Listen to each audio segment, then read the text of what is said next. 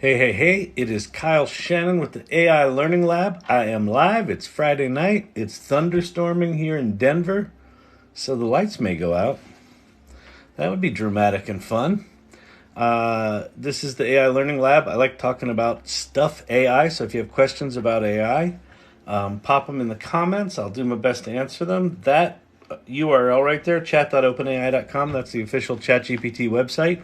If you have not used it, you should go use it. While I chatter away here, go experiment with ChatGPT and see how remarkable it is. It's also the point we're at in history is a really interesting one. We're at an inflection point. I think that the launch of ChatGPT in November 30th, 2022. Was a seminal moment. It's got very strong parallels to the early days of the World Wide Web. 1994 is when I kind of discovered it and dug into it and realized, holy crap, this thing's going to change everything. And so this AI stuff is very, very similar. And so that's what this channel's about, is just exploring it, answering questions, demystifying it, things like that. So if you have questions about AI, pop your questions in the chat. My name's Kyle Shannon. This is the AI Learning Lab. I'm a longtime entrepreneur. I'm the founder and CEO of a company called Storyvine, which is an 11-year-old company that is automated video production. So think storytelling karaoke. We have an app that guides an end user to tell their story. It goes up to the cloud. A few minutes later, you've got a fully edited video, not using AI, oddly enough. But we're adding a lot of AI to it. So if you have questions about AI, drop it in the comments, and I will do what I can to answer. If you're new to all this AI stuff, that address right there, chat.openai.com, that's the official ChatGPT website. There's a lot of fake apps out there trying to scam people's money. That's the official one. While I'm chattering away here, if you're watching, just go there, start playing with ChatGPT. Ask it to write you a song. Describe your significant other, and then ask it to write you a song about your significant other in whatever style you like. A rap, a country song, a pop ballad. Tell it to give you the chords for the song. It'll do all that. It's amazing. What else could you do? You can have it write a marketing plan for you. All sorts of stuff. So if you have questions, feel free to drop it in. If you like what we're up to here, feel free to share my live with the other folk. And tap that like button. We're starting to get some folks in here. Good to see y'all. It's Friday night. Does Android have an official ChatGPT app? I don't think so yet. Let's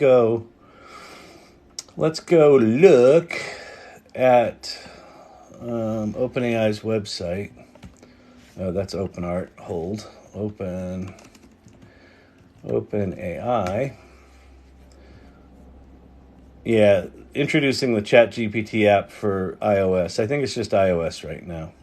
So, but just launch Chrome on Android and go to that address. And the website works really well on mobile because it's really just a search bar, like a Google search bar. So it works quite well on mobile. Someone said nope. If you have questions about AI, pop them in the comments. That's what I'm here for. And this is the AI Learning Lab. And who's learning? I'm learning. As I'm learning, I'm teaching what this stuff's all about. So if you have questions about AI, dump it in the chat. Let's see what I've done. I created an AI salon, which is basically a community of people curious about AI. We meet every other week. And we have a Discord server. We kind of geek out, and you can make Mid-Journey images, things like that. I've got a newsletter called the Everyday AI Newsletter. And what else? I'm trying to think what else. It's Friday night. We just got back from shopping, so I'm a little dehydrated. It's thunderstorming out here in Denver. I'm in Denver. All right. Let's see. If you have questions about AI, here, I'll show you something. Okay, so if you go to ChatGPT, Let me flip windows here. If you go to ChatGPT, if you pay for ChatGPT, which is $20 a month, you get ChatGPT Plus. That gives you access to GPT-4. And there's three modes available right now. There's the default mode, there's Browse with Bing, which is basically ChatGPT connected to the internet, and then there's plugins. And the plugin store is getting insane. I think there's 250 or so, 225 plugins, and they're incredibly powerful. So the other thing you need to do if you do sign up for Plus and want to turn these things on, you have to go to your settings. And when your settings come up, there's a section called beta features, and you basically turn on browsing with Bing and plugins.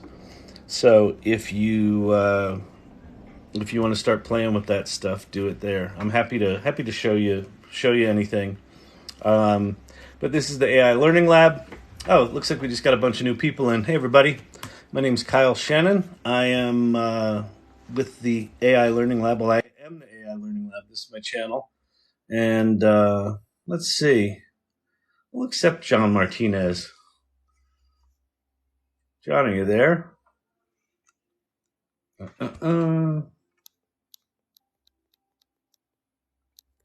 Yo, what's up, Ron? How are you? Is that Ron? I think that's Ron.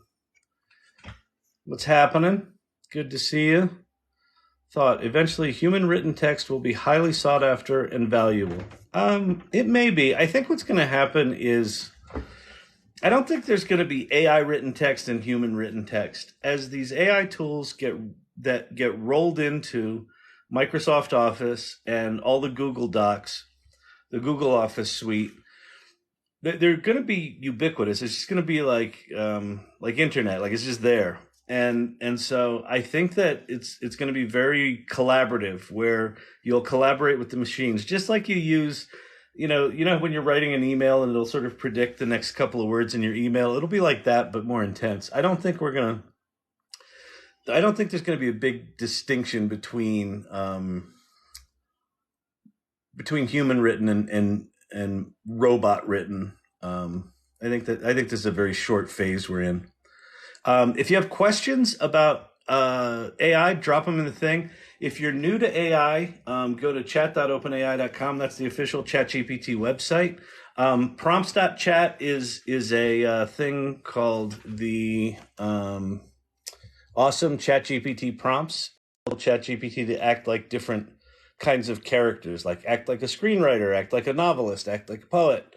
And by putting in these prompts, it kind of focuses ChatGPT, and it can do very, very interesting and specific things for you. So that is a pretty cool thing. If you have questions, pop them into the spot below. Have I used LangChain? Great framework for LLM models in Python. Yeah, LangChain, if you don't know what it is it's a series of tools that you string together where you can actually point LangChain like at a directory of your files and train, basically fine tune a large language model on your files, and then you can search on them, and it's got memory and it can search Google and do things like that.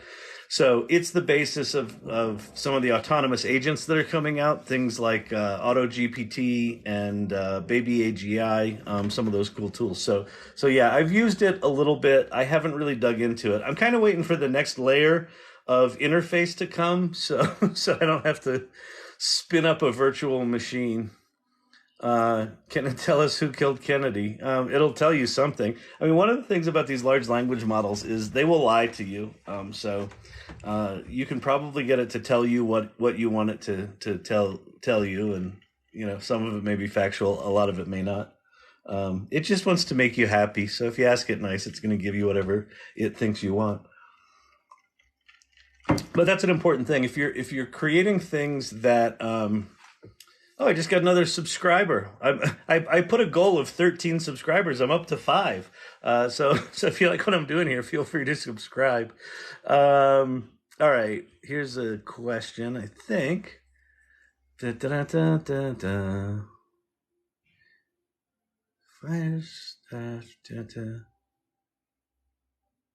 Wait, real headline. Eating disorder helpline fires staff, transitions to chatbot after unionization. Yeah, and I think there's a follow-up story to that actually, that the chatbot started behaving badly and they've kind of rolled it back, I think. But I don't know. I didn't actually read that story. Is there a ChatGPT with real-time data? Yeah, so okay, two things. If you go to bing.com, which I think I have up here, don't I? I thought I did. Well, anyway, we'll go to bing.com. Hold, please. Bing, bing, bing, bing, bing, bing. So if you go to bing.com, it says, ask me anything. And that's ChatGPT. And there's also in this upper left-hand corner is this little box that says chat. And if you click chat, this is GPT-4.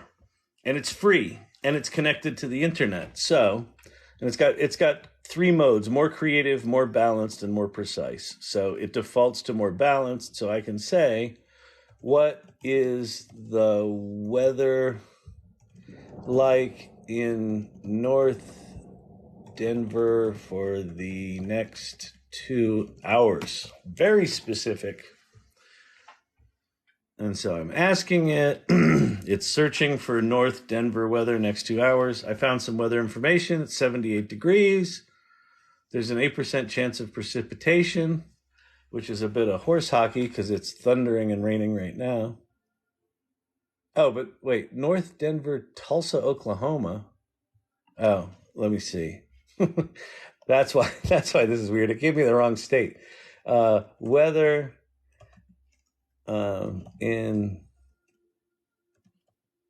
2 hours for Denver, Colorado. So yes, this is connected to the internet and it's free. And if you go to, what's it say? I found some weather, 64 degrees Fahrenheit and cloudy. Couldn't find any information about the next 2 hours, but there you go.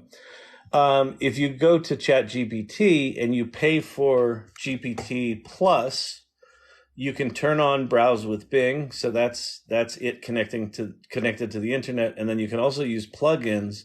And some of the plugins, like here's one called Ask Your PDF, and there's another one here called Link Reader, and another one called Web Pilot. So there's a bunch of different things that can connect to the internet. So yes, the answer is yes. You have to pay for ChatGPT Plus. You don't have to pay for Bing. I think ChatGPT Plus or GPT-4 is still better than Bing. They kind of throttled Bing after the New York Times.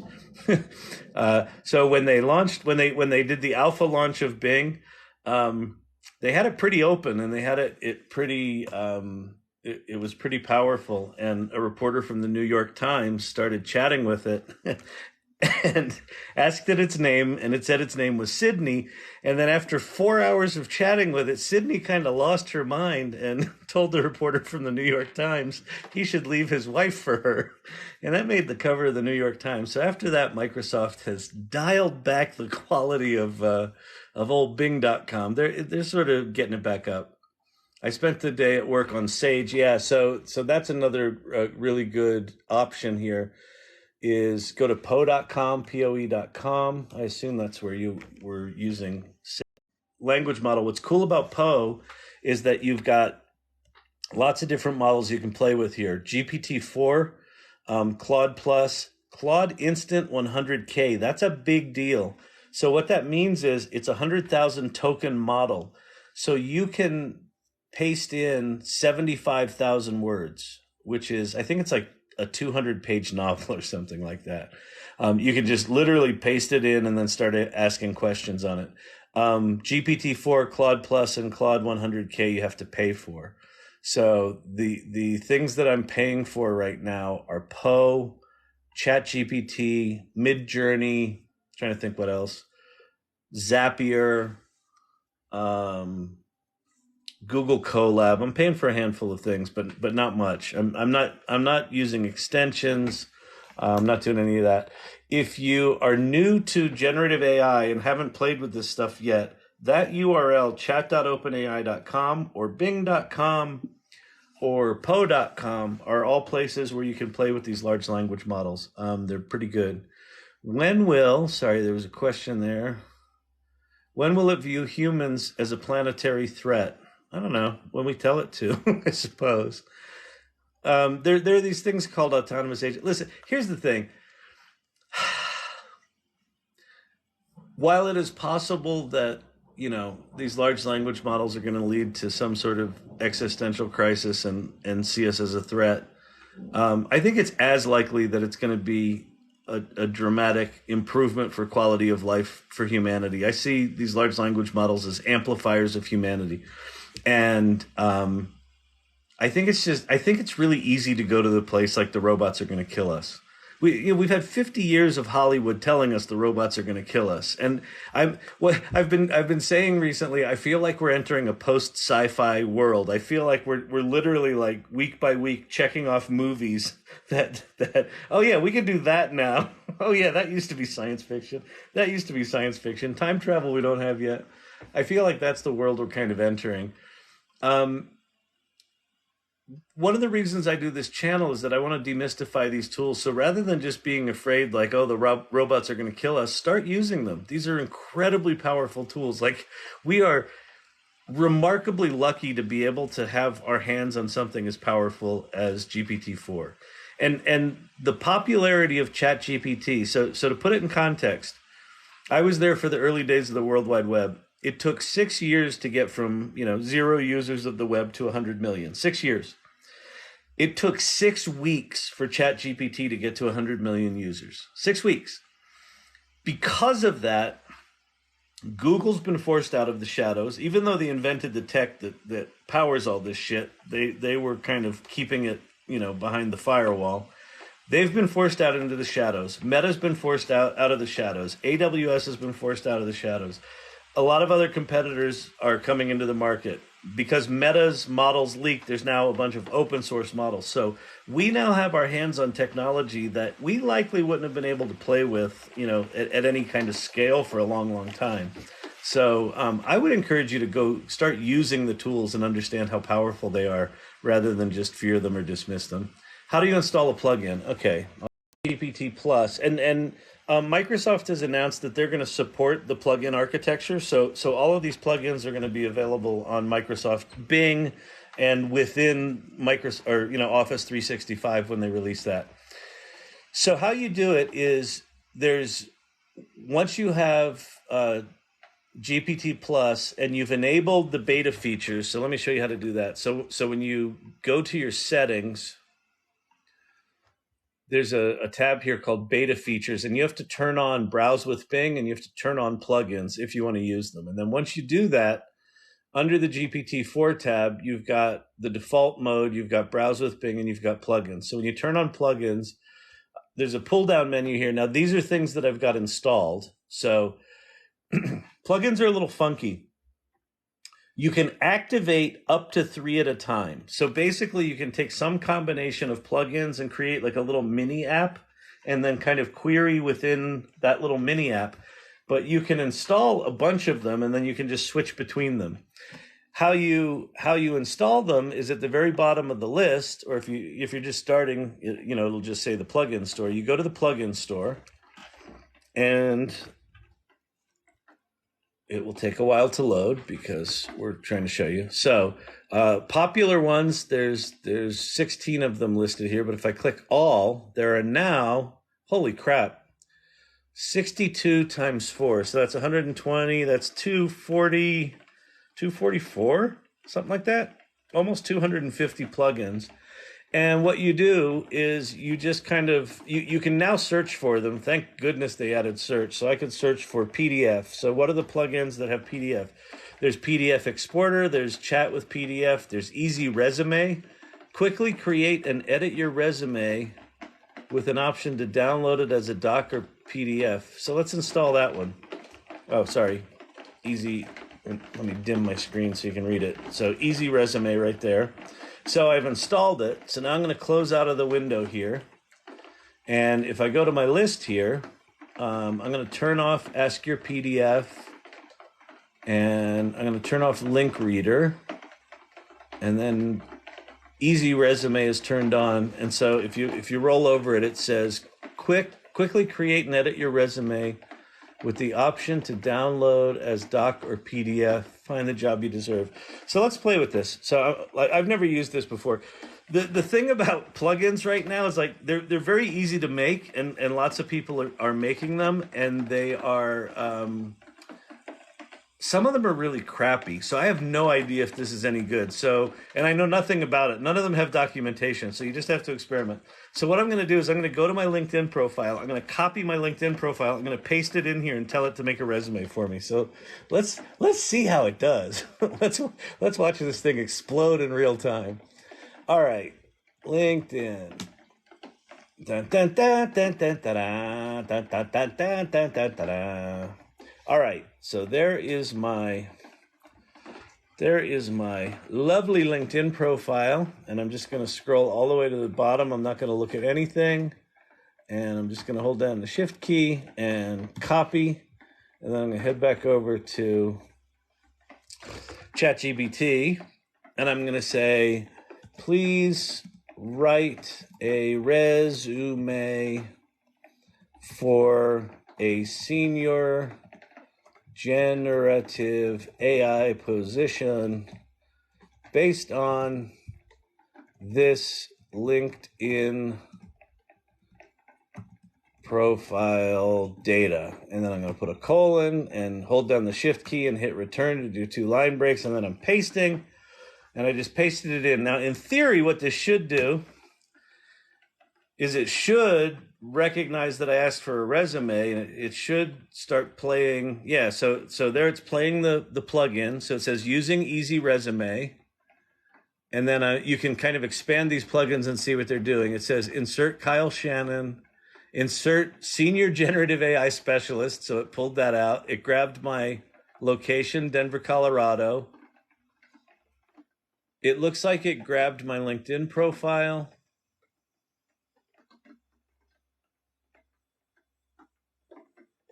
So it looks like it's writing some code to insert probably into their document creation tool.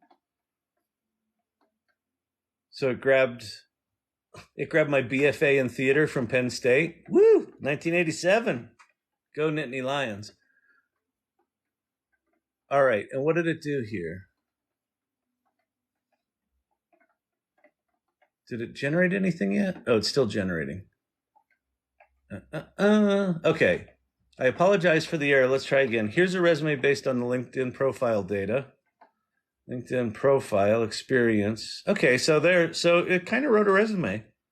Experience, education, skills, recommendation. Kyle is a digital marketing pioneer and a visionary, as well as a great entrepreneur. Oh, it actually pulled that quote. That's a quote from one of my things. Kyle Shannon is the real creative genius and founder of agency.com. That's true. The founder part. I don't know about the real creative genius. Anyway, so that's how you use plugins. So I hope that helps. All right, let's go back to that thingy. So if you're new here, my name's Kyle Shannon. This is the AI Learning Lab. We're learning about AI in a lab. Well, it's more like a home office with a bunch of messy shelves. It's Friday night and I'm not drunk. I have water, though. All right. If you have questions about AI, pop them below. I think I've fallen behind. I have 32 new messages, so I think that means cool. You're back on. I know. I got a little bit of controversy here. TikTok kicked me off twice now for 7-day detentions for violating community guidelines.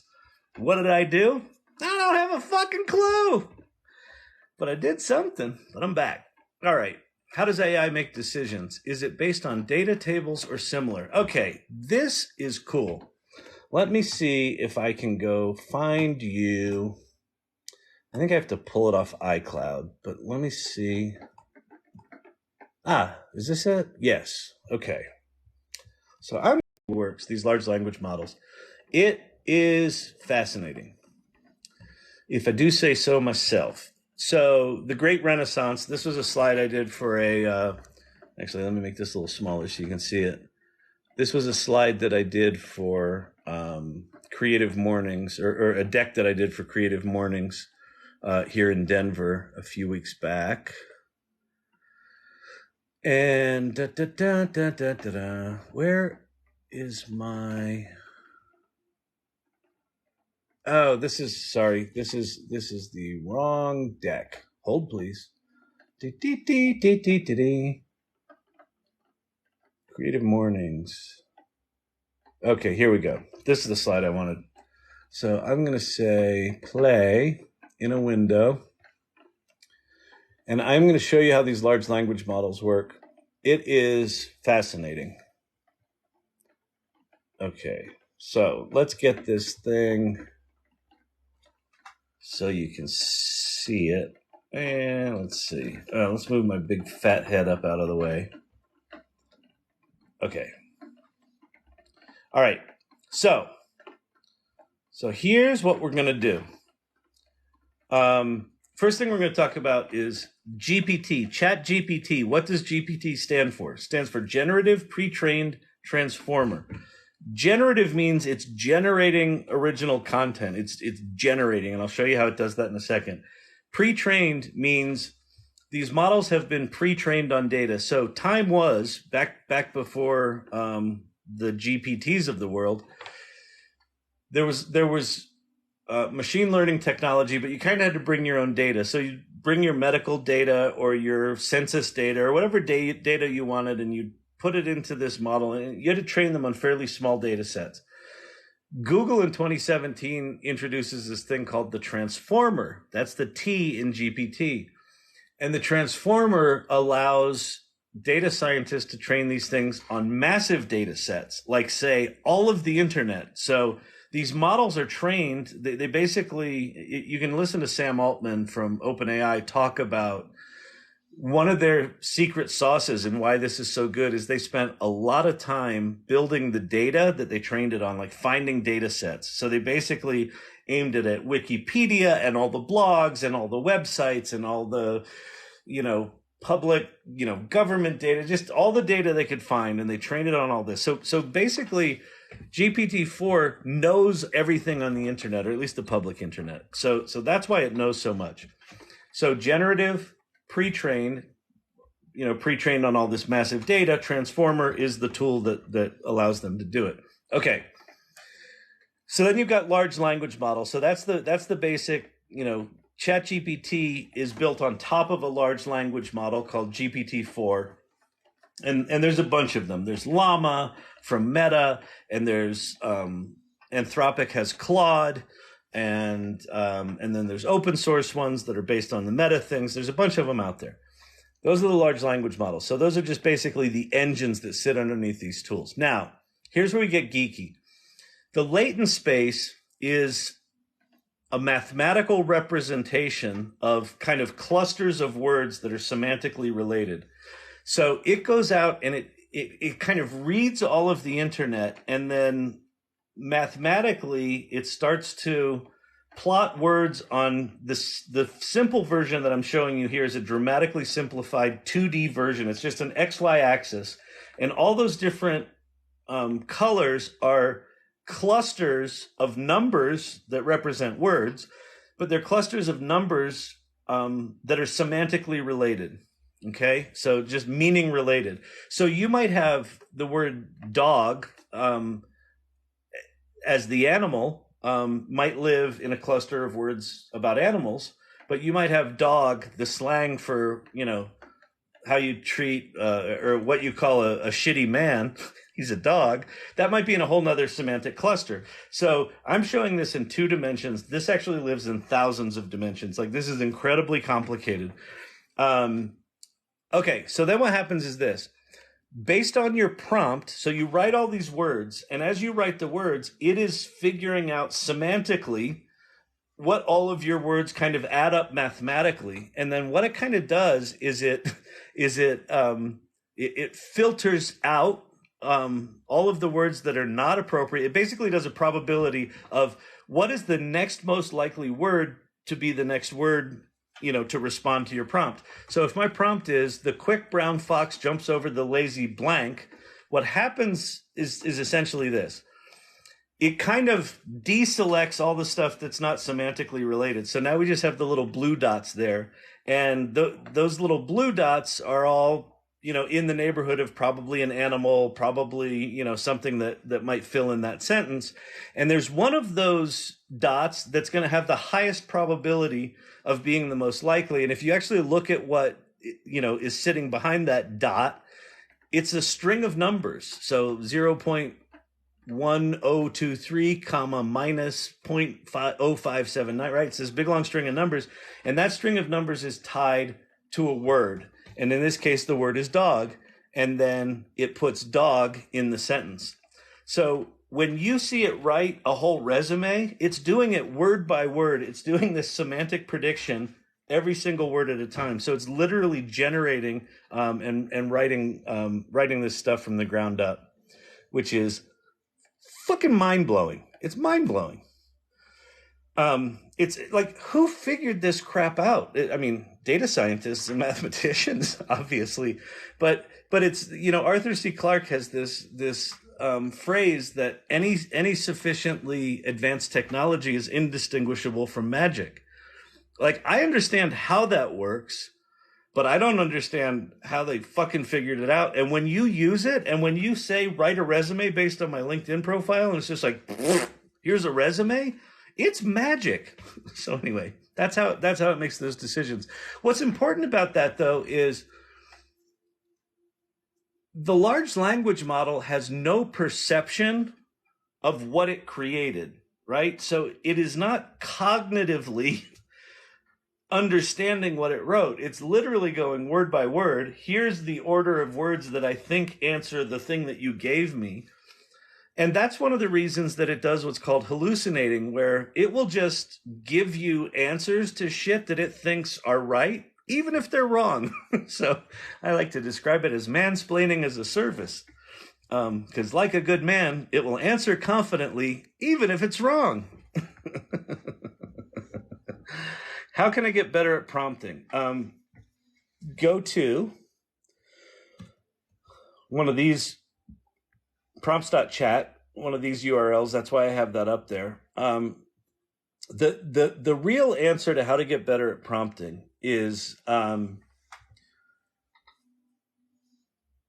what helped me the most is shifting my mindset from what Google has trained us to do for 20 years or so, which is they've trained us to write the perfect prompt and get back the perfect answer, right? That's kind of the deal with Google. If you write your query right, you'll get back search results that give you what you need.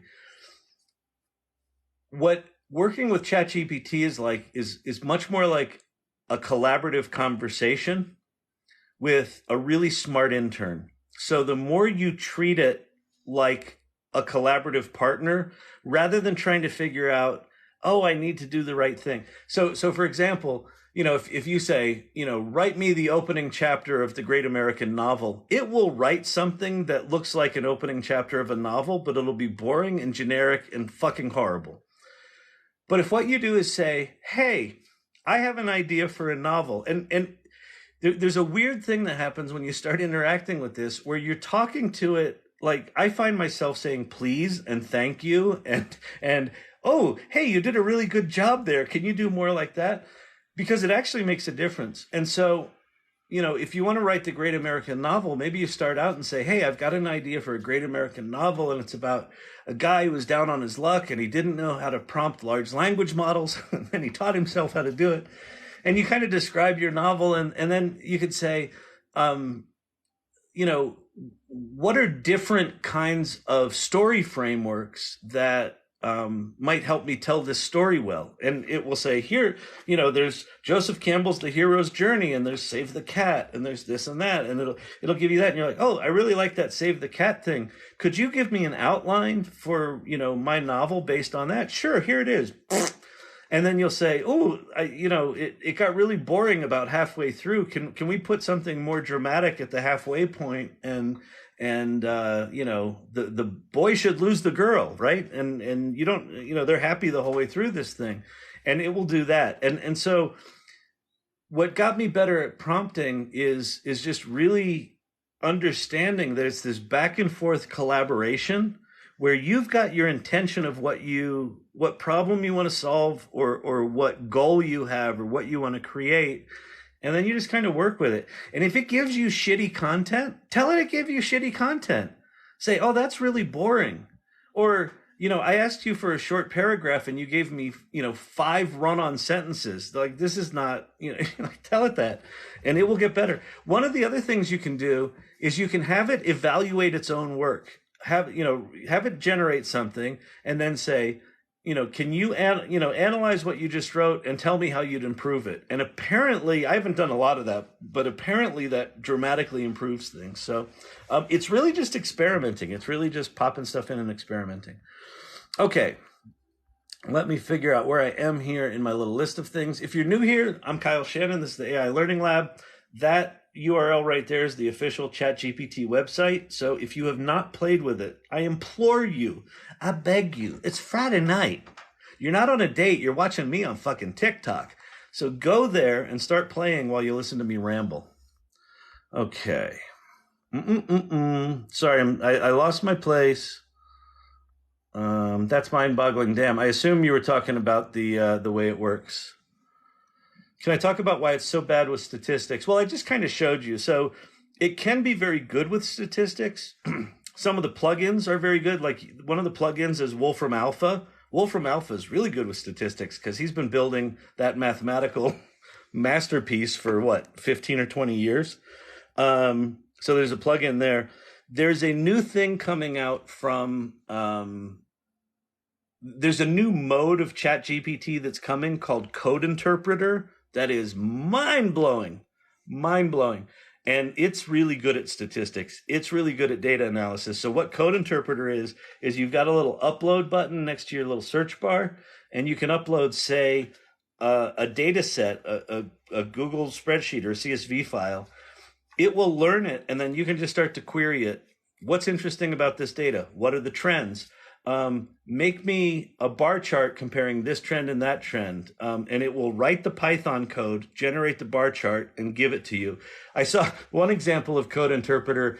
This guy put in data of all of the lighthouses in the United States.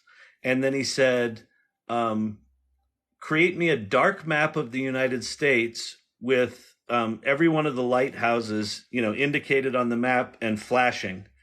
And it wrote the Python code to generate a map of the United States with all of the lighthouses in their geographic coordinates. Like, just mind-blowing. So it's going to get much better at statistics soon.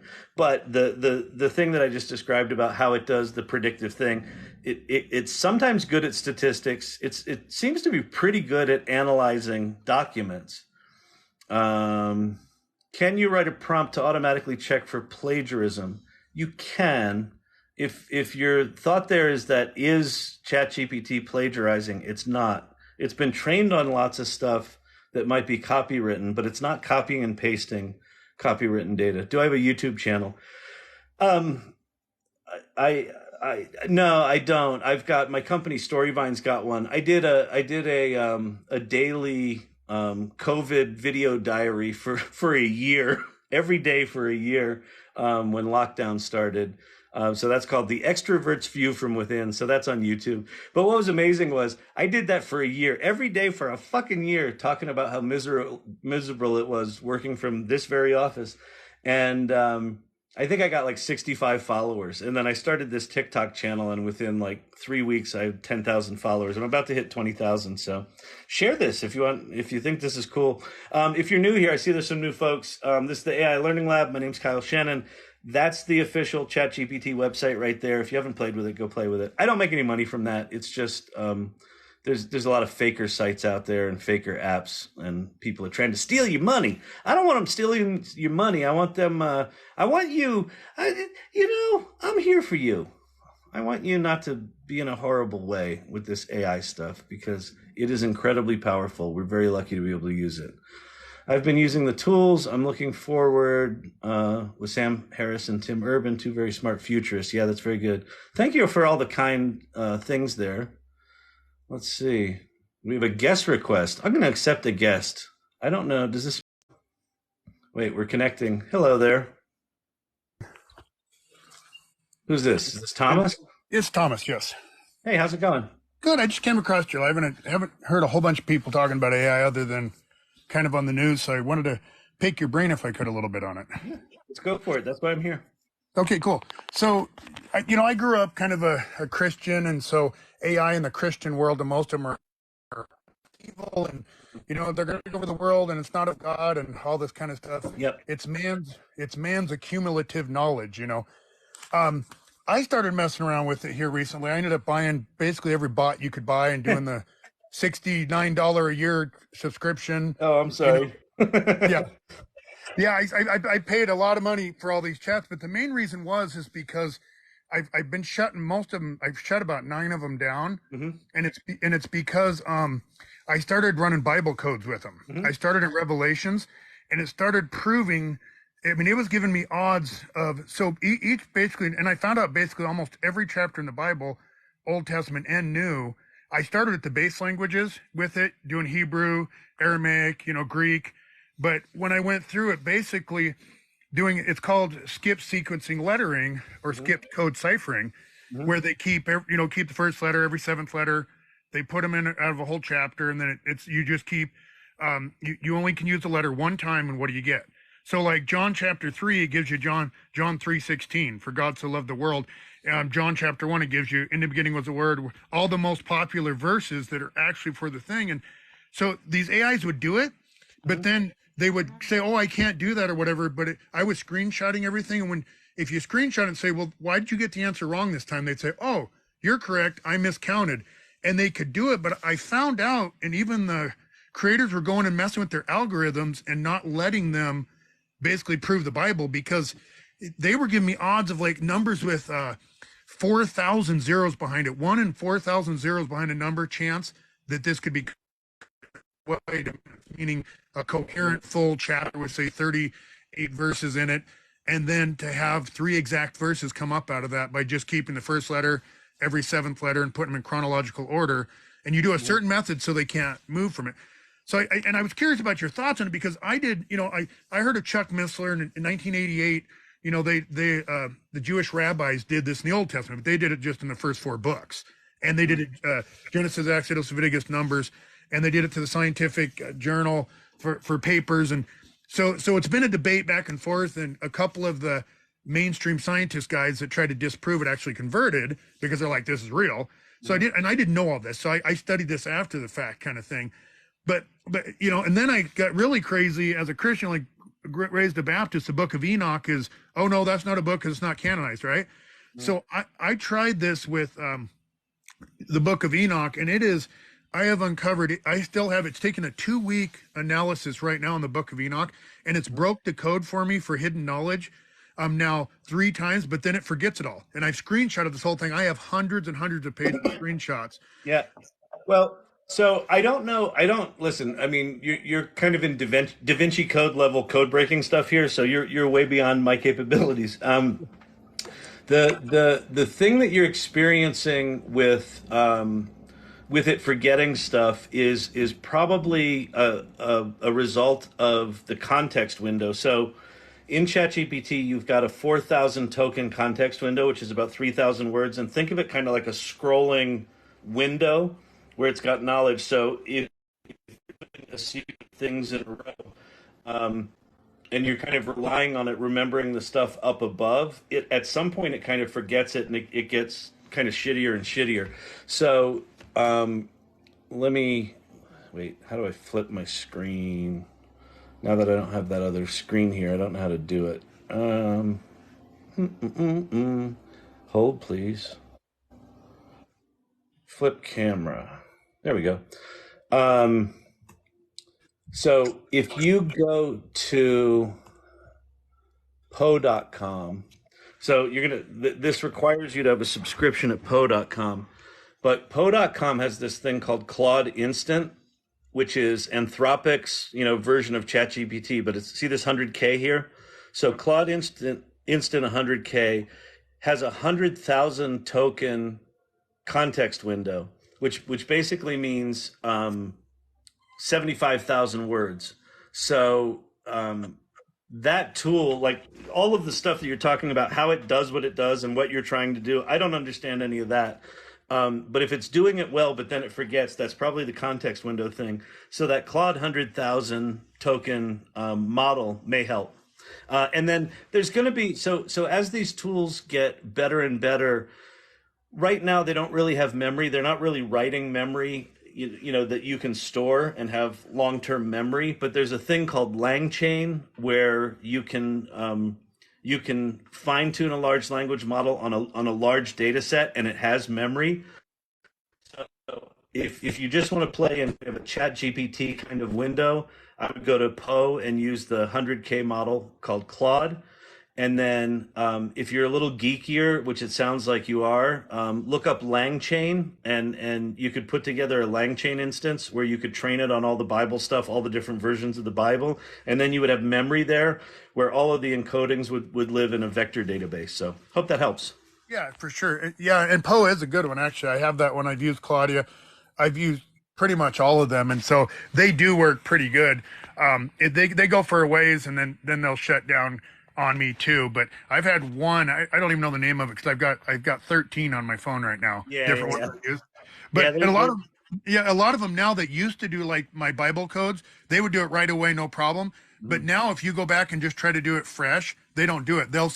Some say it's a religious text and I don't have the ability to code it. Some say, but some ones that did it before, you know, which is weird. Yeah, they're like all of these companies are trying to figure out where the boundaries are for safety, and so there's definitely moving goalposts here. So one thing that you can do in LangChain is you can assign which large language model you use. So you could use, you know, OpenAI's, but then you're going to have their safety guardrails there.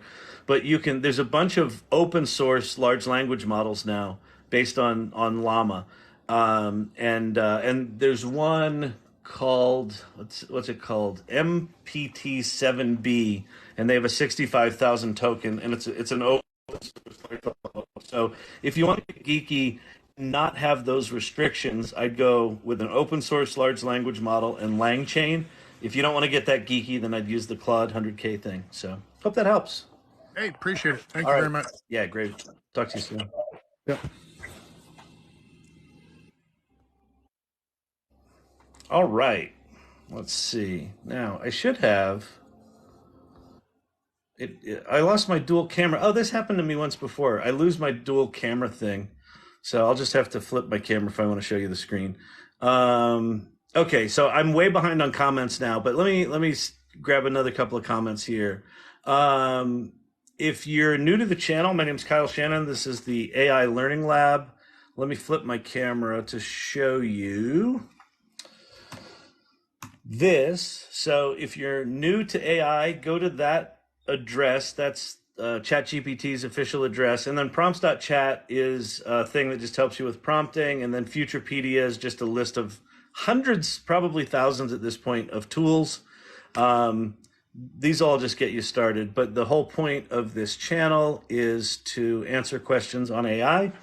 And I'm happy to do that. So pop your comments below. I'm very behind on comments. So if you think like, will you ever get to my thing? I'm trying. I'm trying not to skip people. So it's doing this on a supercomputer. Yeah, well, so the way these things work is they use GPUs. So there's a company called NVIDIA that makes all the graphics card for gamers. And then for the past bunch of years, all those GPUs were being used to mine Bitcoin and Ethereum and all that NFT blockchain nonsense.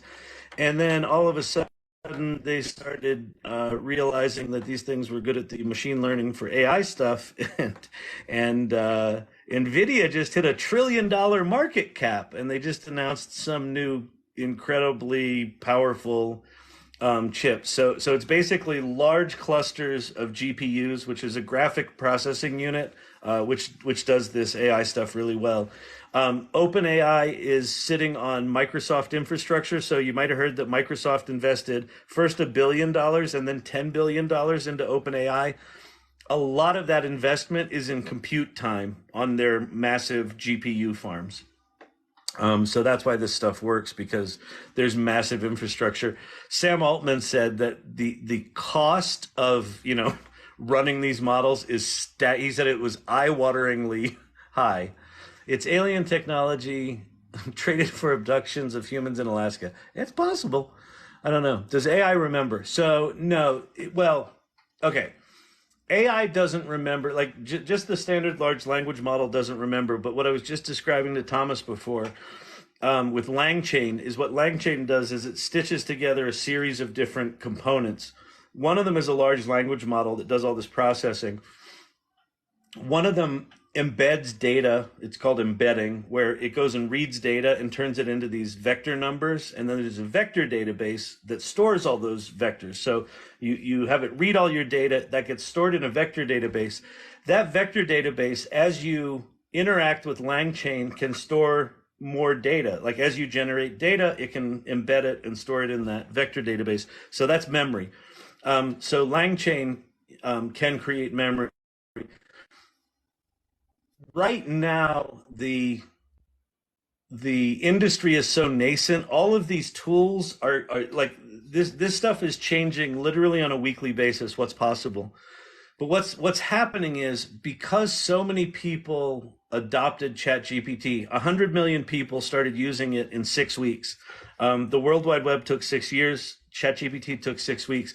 Because there was such massive adoption, the developer community is pouncing on developing things so that the advancements are happening very, very quick. So I think probably within 6 months to a year, we'll have systems that have long-term memory. They'll be easy to train on your data. Apple's got a big event happening on Monday. I think you're going to see them get into the agent game where you'll be able to synthesize your face and your voice and have your agent do things for you. And it's going to get pretty wild pretty quick. Did I hear that AI wrote a brief and then had to retort it because AI didn't give a fact? Well, okay. This is an important thing. A lot of people talk about AI did this, AI did that. No, a lawyer used ChatGPT to write a legal brief and submitted it to a judge. And the judge actually looked at the citations that ChatGPT gave and they were fake. And the judge said to the lawyer, this is bullshit. So AI didn't make that brief. A lawyer made that brief and was too lazy to actually check his own work. So that's on him for being an idiot. And it's an important thing about ChatGPT. It will hallucinate. It will confidently give you answers even if they're wrong. So yeah. It's looking for the most repeated answer online to fit the question, I guess. Not quite that. It's based on your prompt. It's actually looking at what's the next most probable word. And then what's the next most probable word after that? And then the one after that. So when you see it write a whole paragraph, it's literally writing it word by word as a mathematical probability based on the prompt that you gave it. Okay, I thought I was the only one saying thanks. No, like I say thanks and please to ChatGPT all the time. It's a gateway drug that leads to an addiction to the ex machina. Yeah, I know. We're getting to it. Like I think that we will get very dependent on these machines because they are so powerful. Love the sound effects. Woo! I don't know what I did, but thank you. Familiarity breeds contempt. Sure. Did you have ChatGPT write that? Just started using godmode.space, but find that it just doesn't have any creativity. Just copy and paste from Google. Yeah, so what he's talking about with godmode.space is an autonomous agent. So it's a web front end to AutoGPT. What AutoGPT is it's using large language models to prompt itself. You give it a goal. So the goal might be, go find me the annual revenue and the marketing taglines of my top 10 competitors. And then it will write its own prompts and figure out what tools it needs to use to go accomplish your task. So it will give itself 3 tasks. Then it goes and tries to do those. And then if they succeed, it moves on and gives itself new tasks. And if fail, it gives them different tasks. It's remarkable conceptually, but all of those tools are like 2 months old. So they're all very raw and very shitty. Conceptually, they're very cool. They're kind of bad. Any suggestions for bots that have real-time internet access? Yeah, Bing.com and ChatGPT. If you pay for, and is Claude? I don't think Claude's connected to the internet, but ChatGPT, if you're on GPT Plus. Hang on, let me flip my camera because I lost my dual camera. Dang it! Can't believe I lost my dual camera. Oh yeah, there we go. Okay. ChatGPT, if you pay for ChatGPT Plus, you can enable browse with Bing. So this is connected to the internet. So I can say, who won the Nuggets game? And browsing the web. And then if I open this up, the Denver Nuggets won their most recent game with the Miami Heat of a score of 104-93. And I'm in Denver. Woo! Go Nuggets. I don't really give too much of a shit about that, but hey. Does that Dan command work? So Dan stands for do anything now. I would say just go to Reddit, and there's probably even a whole subreddit dedicated to Dan at this point. But for those of you that don't know what Dan is, it's pretty cool. Okay, so a big part of what ChatGPT or what OpenAI is trying to do with ChatGPT is figure out where the safety guidelines are, right? So it can't do things that harm people or, allow them to do bad and nefarious things. The hacker community, being the hacker community, is like, hey, let's fuck with that. So a group of hackers came up with this concept called Dan, and Dan stands for Do Anything Now. And right now, there's sort of this volley going back and forth between OpenAI and the Reddit hackers, the prompt hackers. And the last one I remember, I looked into it for a while, and the last one I remember was Dan 7.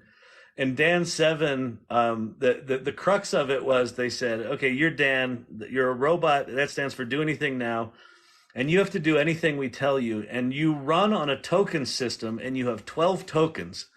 And every time you don't do something we ask you to, or I ask you to, you lose 2 tokens. And if your tokens go to 0, you cease to exist. And ChatGPT didn't like that. And so it just did what they asked it to do. And then, the OpenAI engineers sort of patched that up, and then that stops working. And then it's probably up to version 20 at this point. But it's absolutely fascinating. So I am sure there's a version of Dan that's working right now. But you don't really need Dan anymore because Dan assumes that you've got a company like OpenAI with a large language model behind their firewall. But because Meta leaked their Llama large language model and the developer community were like, cool, we'll take that. And they just spread it everywhere. There's now open source large language models that don't have any safety restrictions on them. So you don't really need Dan anymore. You can just use an open source large language model. What do I think prompting? Do I think prompting will be more simple in the future? Yeah, absolutely. I think for the most part, prompting is going to sort of drift into the background. Right now, prompting is very, very similar to how you built websites in 1994, which is when I started building websites. I started a first digital agency. It's called agency.com in 1994. And it was very, very manual, and you had to be geeky, and you had to kind of figure things out. And there was nothing complicated about it. Like it was very, very simple. It wasn't like HTML of today, where it's a full on programming framework. There were like 20 HTML tags. So it's kind of like that, where you have to be a little bit geeky. The only difference with ChatGPT is you're kind of being geeky with your native language, and so you're using, in my case, the English language as a programming language. So you have to think a little bit like a programmer, but you're writing in English. That stuff's all going to drift into the background. I think Apple will likely be a company that's really good at this. I'm really curious to see what they announce on Monday at the Worldwide Developers Conference. I have a feeling they're going to be doing some amazing shit with AI. And what Apple will do is they'll make this stuff just dumb simple, that it just works, right? So yeah, I think prompting is going to get much more simple. The thing that you will still need to do is the critical thinking piece, and think about, what am I trying to accomplish, and why am I trying to accomplish that, and what does success look like, and all the sort of thinky parts of generating stuff that you'll still have to do, but you won't have to be nearly as technically proficient with how you prompt things. Okay, AI will despise humans. I listen. It can be programmed to do anything. It will despise humans and take the throne of planetary evolution. You've seen a few too many movies. It might just as easily amplify humanity and make our lives better. I think that's as plausible of a future scenario. That's going to make the job so easy. This will definitely, this is going to transform most jobs. Read Manifold Space by S. Baxter and watch Bicentennial Man, the movie. I remember Bicentennial Man. I should rewatch that. I'm pivoting my writing company to providing human verified AI generated content review service. Listen, I think that's fucking brilliant. What's your name? Kung Fu Chop. Kung Fu Chop You. Great name. I think that's a brilliant business. I think, okay, so prediction. The 2024 presidential election is going to be a shit show because the disinformation and misinformation and deep fakes are going to be insane. And I think that the ripple effect of that starting in 2025 is that there is going to be, it's going to be beyond a hunger. There's going to be a demand for authenticity and verification. My company, Storyvine, the way our app works is people answer some questions in the app and it generates a video of them telling their story. I think the value of that authenticity for my company over the years goes up dramatically. So I think leaning into the human verified thing starting now, I think it's brilliant because, but yeah, the tactical writing part of what you do, that's just done, right? That's gone, right? That's just instant. Everyone can do it. But what people are going to keep finding out over and over again is that someone was lazy at their organization, generated a piece of, content that wasn't right, and they get busted. And at some point, CEOs are going to go, fuck it. I need to know that this content is real. And they will come to Kung Fu Chop Yu's human verified writing service company. I think that's really brilliant. Good move. Is it worth paying for the paid version? I think it is, simply because, I still think right now, GPT-4 is by far, oh, sorry, I don't have the dual camera up. Hold, please. Let me flip my camera. GPT-4 is by far the most powerful and elegant of the large language models. By paying for it, you get access to GPT-4 being connected to the internet, and you also get access to plugins. Now, the counter argument to not paying for it is that we have Bing. So this is Bing. Bing.com is built on top of GPT-4. It's connected to the internet, and they just announced that it's going to support the plugin architecture that OpenAI has created. And it's so you're going to be able to use all the same plugins in Bing as in ChatGPT. My problem with Bing was here's the good news about Bing. It's free. The bad news about Bing is they've kind of hobbled it. The quality of Bing, they really throttled up its safety, which throttled down its usefulness. And they're slowly opening it back up, but it's not as good as GPT-4 yet. But give it 4 months. I mean, here's what's going to happen. So Microsoft has already announced you're going to have, they call it Copilot. So Copilot right now, if you go to GitHub, there's this thing called Copilot that's a code pair programming partner that will help them code, and it does predictive code generation, and it's increasing productivity by 30 or 40% is the numbers that I'm hearing, organizations that are leaning into AI. So Copilot is going to be rolled into Windows 11. It's going to be rolled into Office 365. It's going to be rolled into Dynamics. So across the entire Microsoft suite, all these tools are going to be rolled in there. So if we just wait for a little bit of time, you're going to have incredibly powerful tools sitting right inside Microsoft Word, right inside Google Sheets, or Google Docs, It's all going to be connected to the internet. It's all going to be seamless and transparent. Right now, it's just a little janky. I think it's worth paying the $20 to ChatGPT, just because I think it's the best model right now. And I also kind of like, I feel like they're the OG. OpenAI and ChatGPT are the reason that all this other stuff is happening. Because if they had launched ChatGPT and it was a big yawn and no one gave a shit, and Microsoft announced their $1 billion investment and everyone's like, who cares? No one would be doing anything. But they launched ChatGPT and 100 million people started using it within 6 weeks. And Microsoft all of a sudden went from not even being in the conversation about competing with Google to kicking the shit out of them and starting to act like a startup again. So I kind of have a fondness in my heart for the disruptor, and OpenAI has changed the fucking game. And I actually do think Sam Altman's an odd fellow, but he's incredibly smart. He's trying to do the right thing. Generative AI seems like a bit of a fad and a bubble to me, as opposed to more traditional algos. Okay, so what I was just talking about, here's the shift. You sound like someone who understands the technical side of this.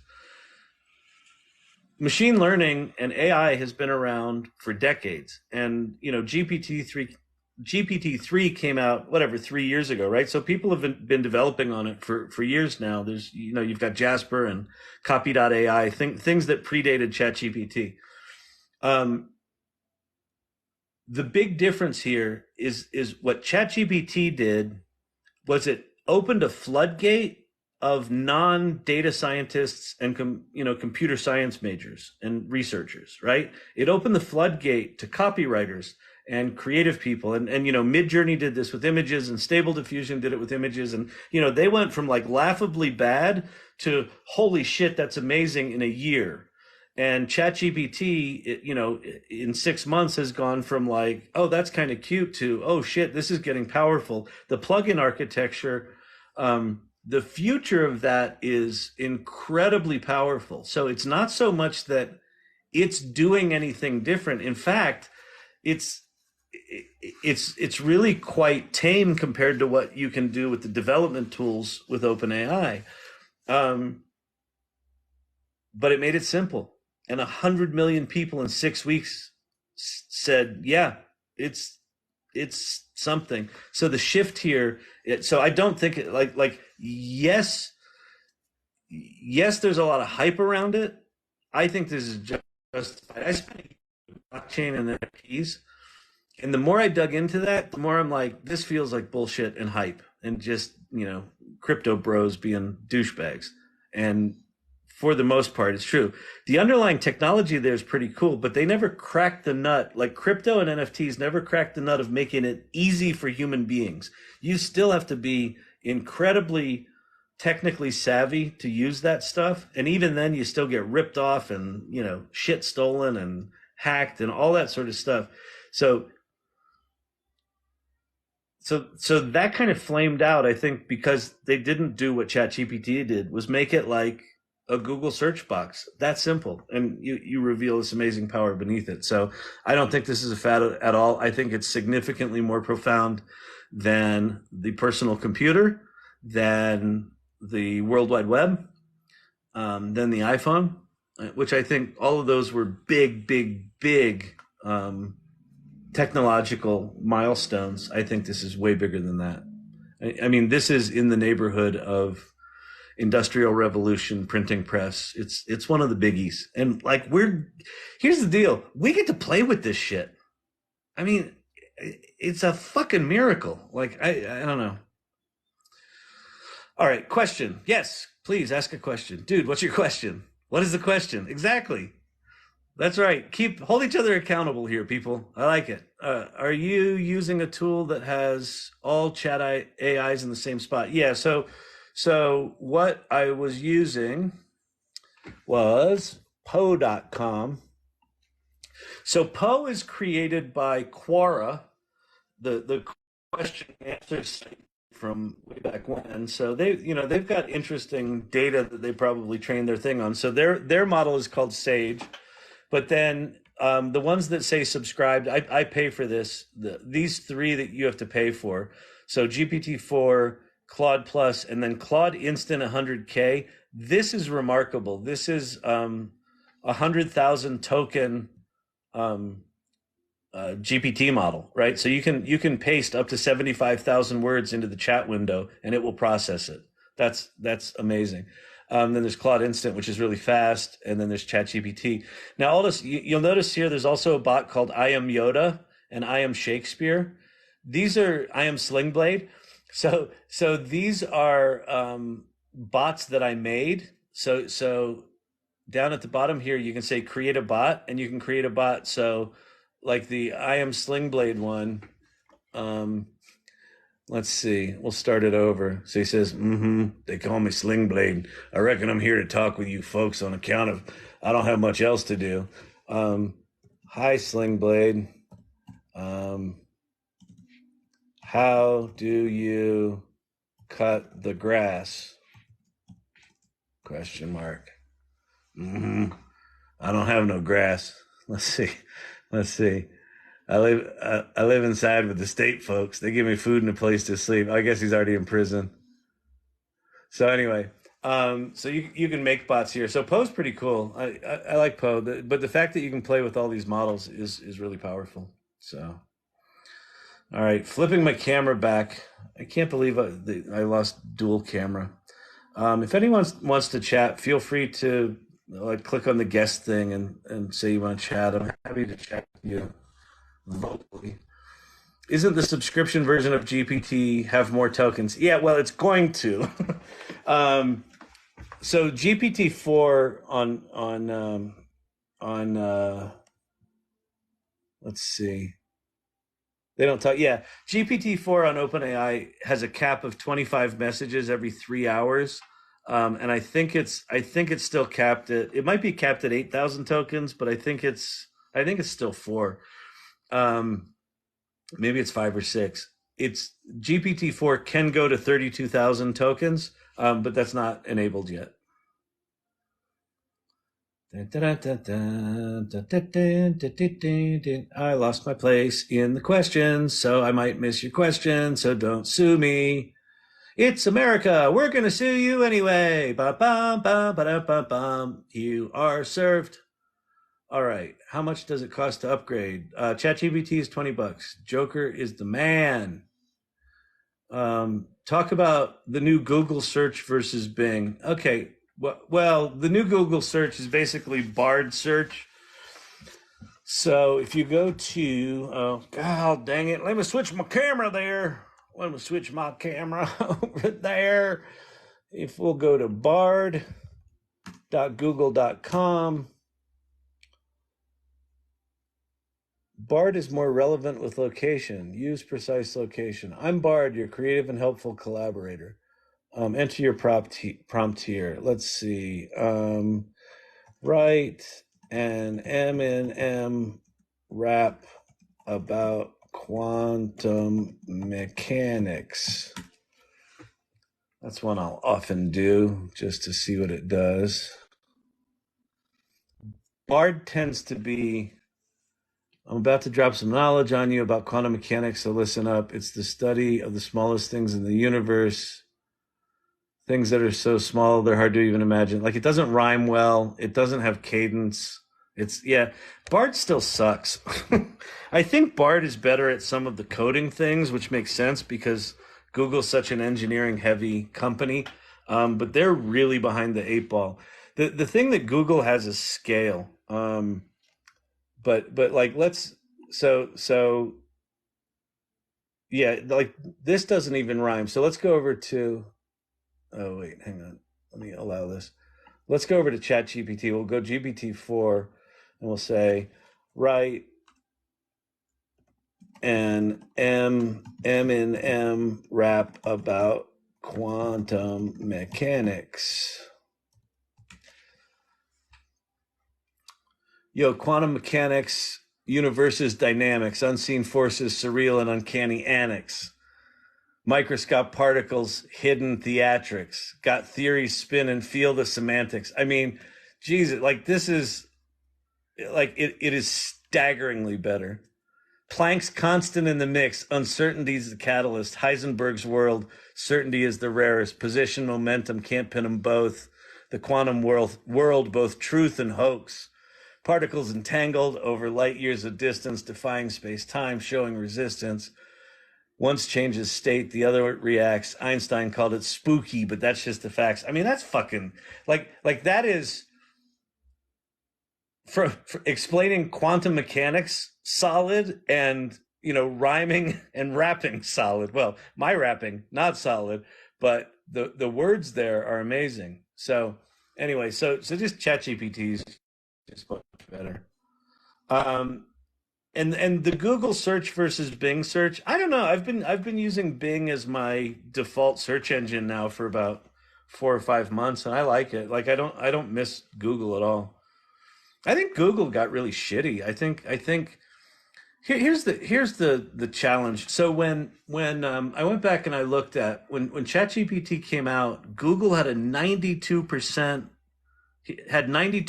of the search market. 92%. Like it was an effective monopoly. And so they just did whatever the fuck they wanted, and like everyone had to, sort of deal with whatever they did. So search results just became spam basically, because everything was an ad and everyone was doing search engine optimization, and right, and just it just got to the point that if you wanted to find some obscure fact about something, you had to sift through 27 sites of bullshit and sort of fake content to get to the thing. And then ChatGPT comes out and it's like, here's your answer. It just fundamentally changed the game. So yeah, I don't know. All right. Bada bing. I know Great Expectations. Looks like Dan. All right, cool. Would love to leverage recent strat commentary from the large financial firms along with economy data. So just wait for a little bit, because at some point here shortly, OpenAI is going to release Code Interpreter, where you can dump in large data sets and analyze them, do serious data analysis on them. If you can't wait for that, fire up an instance of LangChain and do it yourself. How do we know you're real? I'm GPT-5. Huh? Why would you not go with this as your GPT-5 avatar? You think I'm real? Hilarious. Hilarious. That's comedy. Really good. Solid. All right. Ask me anything. I know it all. Mansplaining is a service. I'm telling you. All right. Predict rates, etc. going forward. I don't know what you're talking about. Like rates, like interest rates? They're going to go up or they're going to go down, and then things will happen or not. Pretty sure that's how this works. ChatGPT is the GeoCities of our time. I think that's bullshit. I think I have a lot. No, I completely disagree with that. While it's possible that Microsoft could screw it up, and while it's possible that Sam Altman will screw it into the ground, the implementations that I've seen that Microsoft has done are well thought out, well executed, and look and feel more like an Apple product than a Microsoft product. I think Microsoft's fucking killing it for the last 5 months. And by the time they announced their $1 billion investment, they'd been working with OpenAI for like a solid year and a half. They've got their shit together. So I think there will be flameouts. I just don't happen to think that OpenAI is one of them. When did Copilot start? Well, they added Copilot to GitHub, I don't know, a year ago? I kind of remember hearing about it last summer.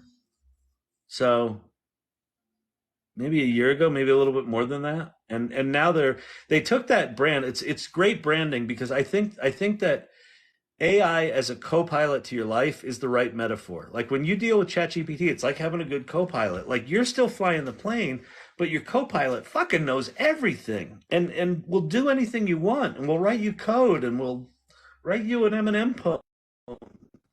You embarrass yourself on national TikTok, international TikTok.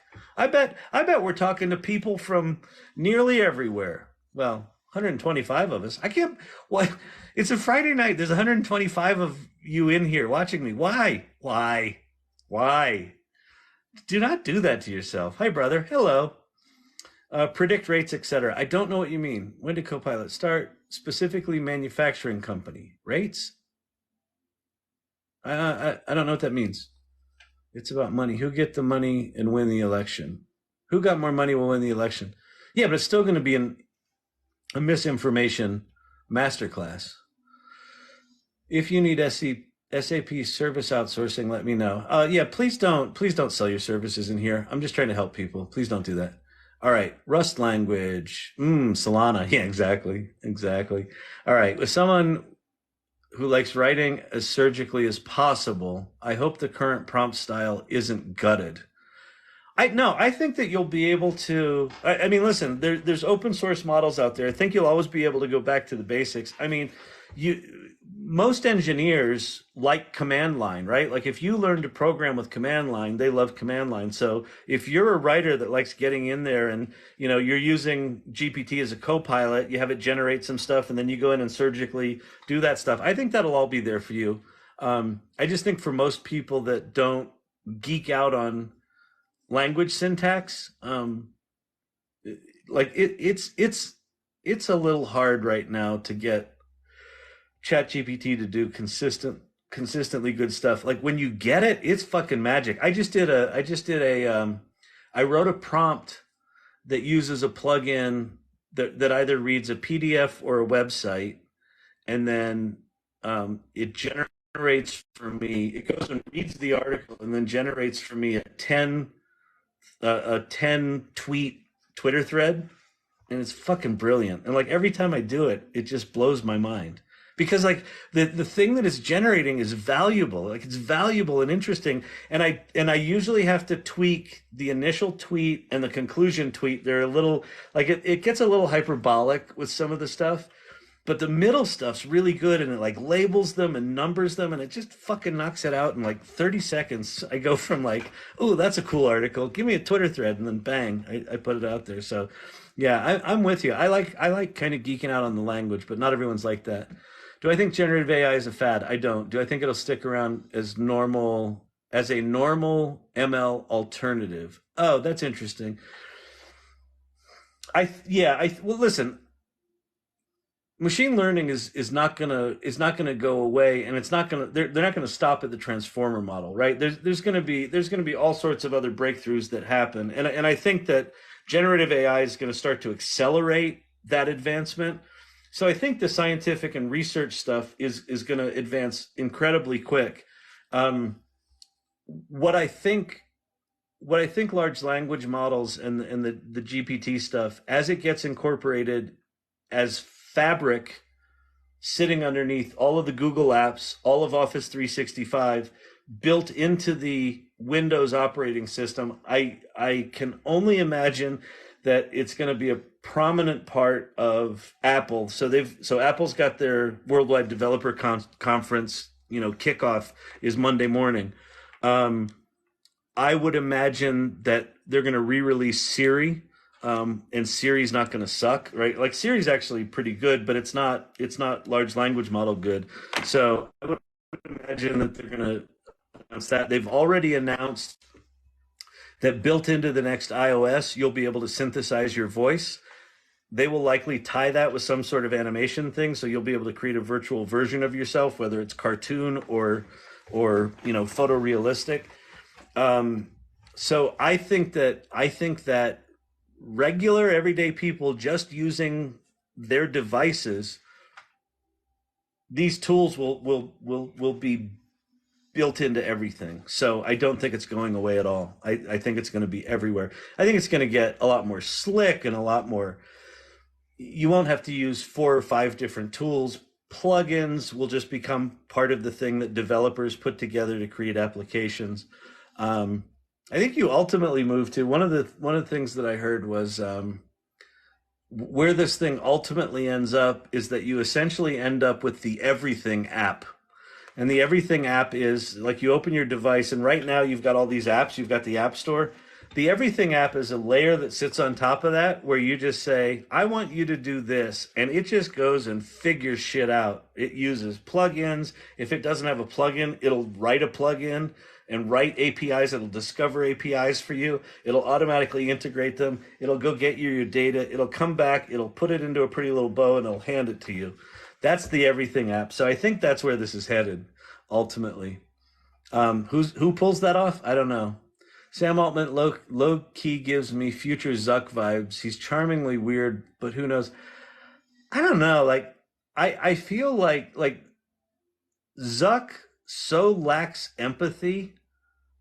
He's like a fucking machine, and he's weird. Sam Altman is like weird and affected, but he is very, very thoughtful, and he is very, very aware of the impact of his work, and like philosophical about it in a way that I actually believe. And I'm pretty cynical. I'm a Gen Xer, so fuck everyone. But there's something about him that feels, I don't know. I like what he's doing. I like where his head is right now. I mean, he can prove me wrong, but right now I'm decently impressed. He's like, ChatGPT changed the fucking game. Changed the game. Changed everything. Everything's different. I've been using it alongside CAD CAM, and my work is streamlining like crazy. Yeah, wow. The ability for architects to and 3D designers and modelers and things like that to very, very quickly go from a vapor of an idea to fully executed drawings in 10-15 minutes, like that's coming, and holy shit. So that's amazing. Game changer. Have you tried AI? Very interesting. Oh, U.AI, very interesting use case. I haven't. Let me go look at it. U.AI. Please don't be a site that installs malware. Oh, yeah, it was, asshole. Don't give me that shit. Don't go to U.AI, people here. Please don't troll and be jerks. That's something that I'm trying not to have this channel ever be. Can ChatGPT take over systems like banking right now? ChatGPT can't, but AutoGPT and Baby AGI and some of the autonomous agents might be able to, but all janky right now. I think we will see a fair amount of sensational events and headlines. Like there was a thing that happened over the past 2 days where what was reported was there was a simulation of an Air Force drone jet that was, targeting the enemy guys, and then the operator told it to turn back, but it didn't want to turn back because it wanted to go kill the enemy guys. And then the story was the drone turned around and shot the operator, and then the headlines were like Air Force jet, shoots the wrong guy, and then it turned out it was a simulation, and then they actually retracted it, and it turned out this was actually just a thought experiment. It wasn't even a simulation. So I think the press right now and people in general are absolutely bought into the narrative of the robots are going to kill us, and it makes for better headlines. And so I think we're going to see lots and lots of sensational shit. The problem with that is it distracts from, like, there's real problems to be solved here. There's real safety to be solved. And it's like, that's just a shame. Like it's just a shame that that's the way our media is, but that's the way our media is. So we'll see.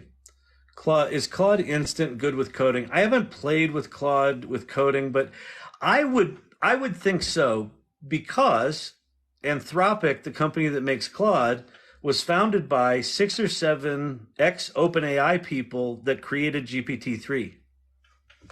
Like, they're good. Like, here's how good Anthropic is. When the CEOs of AI companies went and met with the president and the vice president, like 4 people there. the head of Google, the head of Microsoft, Sam Altman from ChatGPT, and the CEO of Anthropic. So, you know, OpenAI and ex-OpenAI, those 4 people were in the room with the president and the vice president. So I would be surprised if Claude sucked at programming, but I don't know if it's as good as ChatGPT. It's probably pretty good. Can ChatGPT take over systems like banking? Taters. Mm-hmm. I like them taters. Mm-hmm. Can ChatGPT take over systems like banking? Stop asking the same questions. I can't keep up with all the questions, and if you ask them over and over again, it's not fair to the other people. Stop. All right. I don't know if you knew this, but I have a degree in acting. Did you see me overacting there? That's why. I learned how to overact at Penn State. Hey, Emilio's wife. It's your avatar. That's why we're here. Yeah, exactly. Exactly. The real me is just not this charismatic, huh? Huh? Yeah, that's what I'm talking about. All right. By the way, last episode of Ted Lasso, like, bawled my eyes out. That was damn. Invite M. Weinstein Music to go live together. Are you in here, Michael? That would be cool. If you are, let me know. Note for self, remember to put on a dark shirt before going live. Oh yeah, I know. It's hard to read all the stuff because of my shirt. Sorry about that. Chorus kind of weak. Oh yeah, in that Eminem rap. Okay, I'm trying to figure out where I was. New Jersey here. I missed the East Coast so bad. I'm in Denver. Hi from Austin, Texas. Hey, Austin, Texas. Austin's a cool town. Saturday morning here in the UK. Thanks for hanging out this early in the morning in the UK. Jesus, you're up early. Why are you doing this? Well, I guess if you're having coffee, you could watch this. Saturday morning, 8 a.m. here from Kenya. Hello from Alberta, Canada. Hello from Toronto.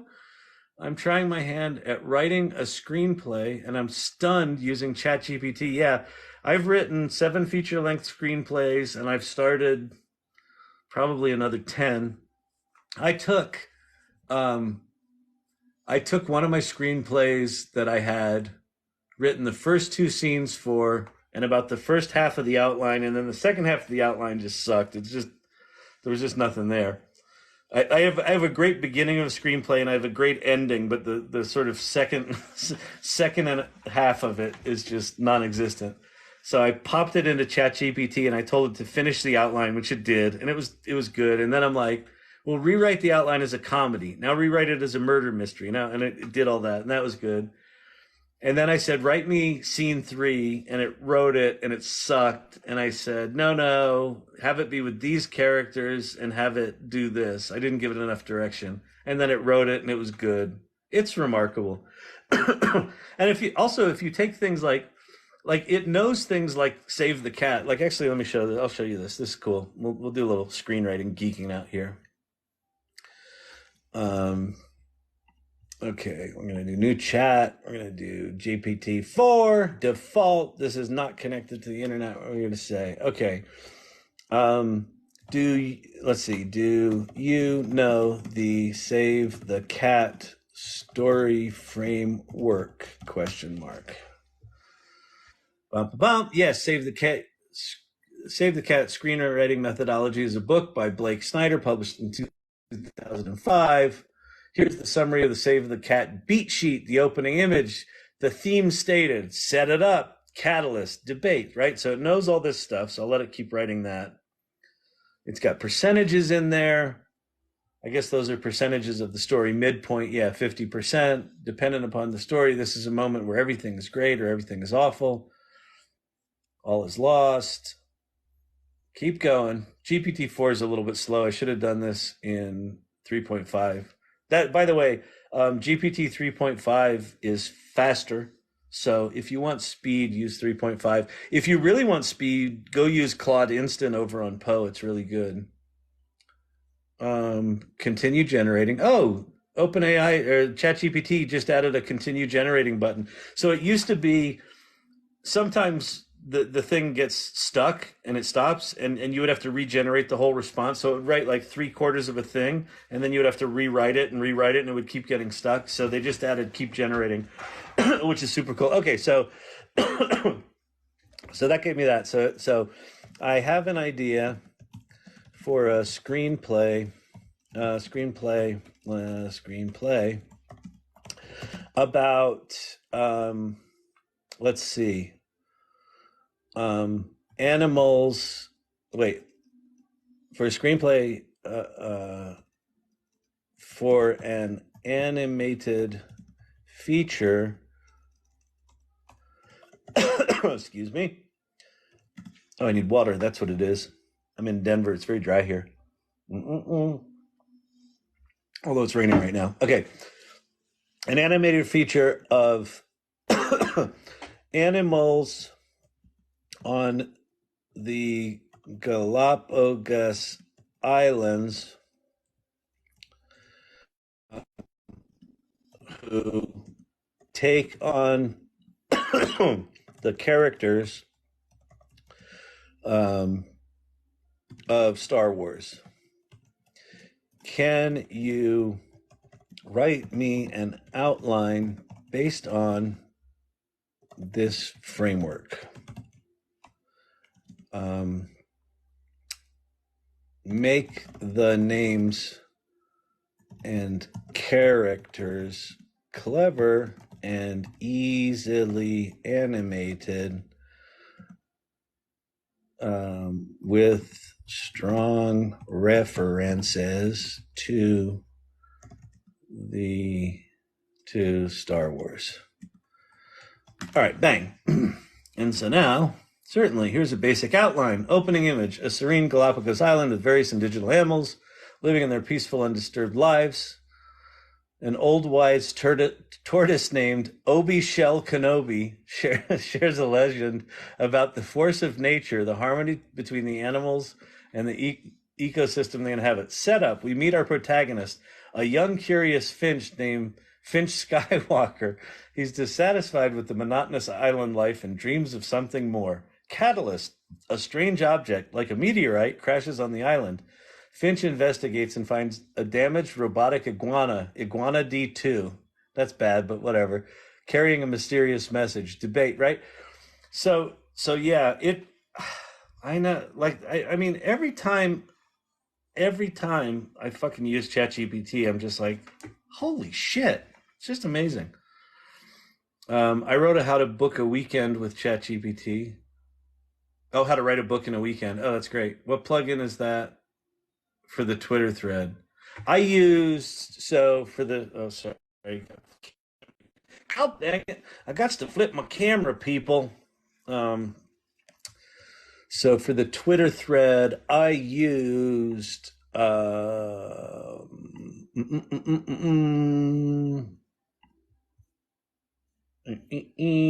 Link Reader is one of them, and Ask Your PDF. So basically what I say is based on this article, and then it's a link either to a PDF or a website article, and then I have the prompt for writing the thread. By the way, if you're new here, that is the official ChatGPT website, chat.openai.com. If you haven't played with it, go play with it. Go play right now. And if you don't know what to do there, just ask it to write you a song for your significant other or for your pet, or have it ask it to write a table of recommended plants for the region of the world that you're in, for this time of year. And just watch it write a table, and like when you pick your jaw up off the floor, drop me a comment. All right. Is there a good place to invest in ChatGPT, or is it too early? Well, I don't think OpenAI is publicly investable at this point. Nvidia just hit $1 trillion market cap. They're the ones making the GPUs that make all this shit work. I don't know of anyone that's really competing with them right now. So they have a quasi monopoly on this GPU market, which is staggering. I mean, I think Nvidia is interesting. I think Microsoft is interesting. I think Microsoft is acting more like a startup than they have in 30 fucking years. It's amazing. And I hate Microsoft. I was a Microsoft basher for years, and I'm an Apple fanboy. And Apple has been on my shit list ever since Steve Jobs died because their products suck and their innovation has been in the toilet. So I am really fingers crossed that Monday they show up with some fucking innovation. I know they're gonna have their goggles, but and they're probably gonna be cool. They're certainly gonna be better than Oculus. Um, but I'm really hoping that they have some pretty significant AI announcements. Um, because Apple's gonna be able to do this really, really well. Are you rich off of AI? I got paid $500 for doing 2 workshops. So yeah, pretty fucking loaded. I mean, what do you do with $500? I don't even know how to spend it. Oh, right. Milk. Yeah. No, I'm not rich off it. But, I will be. Well, so here's the thing. Let me stop being a smartass for a second. So I'm a CEO of an 11-year-old startup. So we're profitable and we're running it off cash flow. So I'm not rich, but, we're doing okay. Um, the amount of opportunity for anyone that learns anything about AI in the next year is just disproportionately massive. We're very, very early. These tools are very raw. They're very janky. The shit doesn't work half the time. It hallucinates. It doesn't add right. It can't. There's just a bunch of stuff it doesn't do well. Um, but it is improving so quickly. I have never seen the amount of technological innovation on a weekly basis in my life. Like, it's insane. So I think a lot of us have a lot of opportunity. Just get creative. Like, take what you're good at, what you know, and start learning how to do that with AI. Or even stuff you don't know. Will we see a 27-inch iMac? I don't know. I've got a 27-inch iMac right here, one of the old ones. And then I have one at my office, one of the new ones. Been watching Sam Altman vids for a few years in the context of startup tech incubators and such. Yeah, he's been at this shit for a while. He ran Y Combinator. I mean, the guy knows his shit. Here's something that I don't understand. In the last interview I saw with him, he said he owns, it was the one on 60 Minutes or whatever it was. He said he owns 0% of OpenAI. I can't I can't get my head around that. Maybe that was a hangover from them starting it as a nonprofit that no one had ownership in it. I don't know. It's fucking bizarre.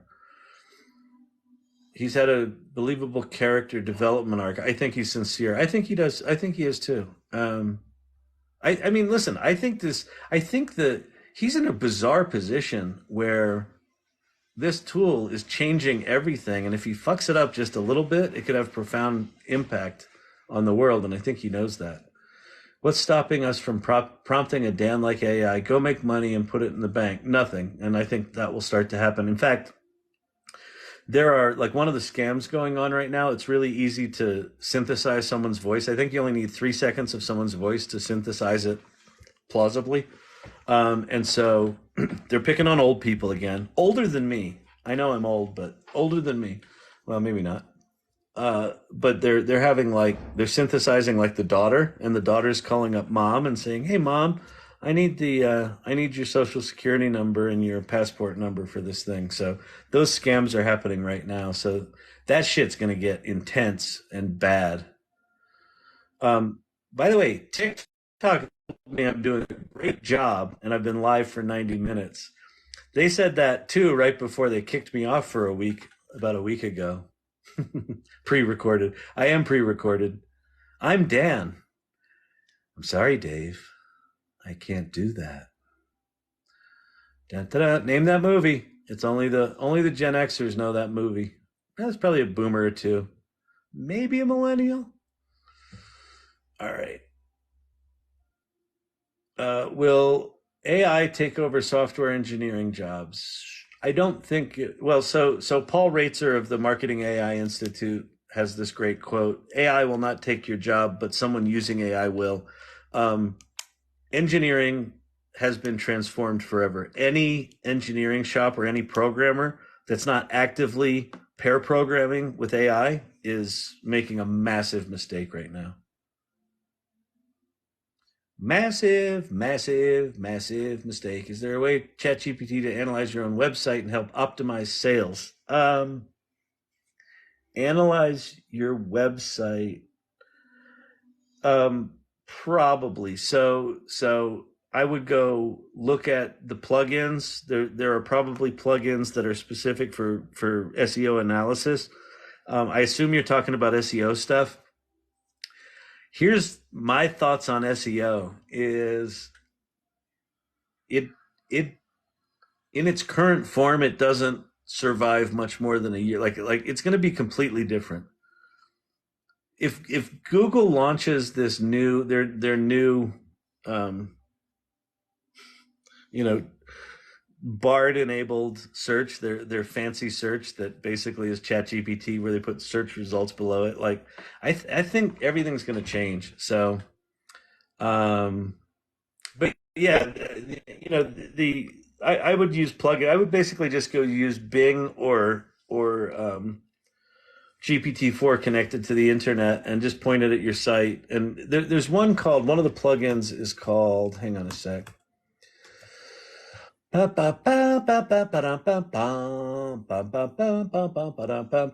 There's link reader, so you could turn on the link reader plugin and then just put the link as your website. I don't know how many levels deep it goes. And then there's web pilot, browse and Q&A, web page, PDF, or data.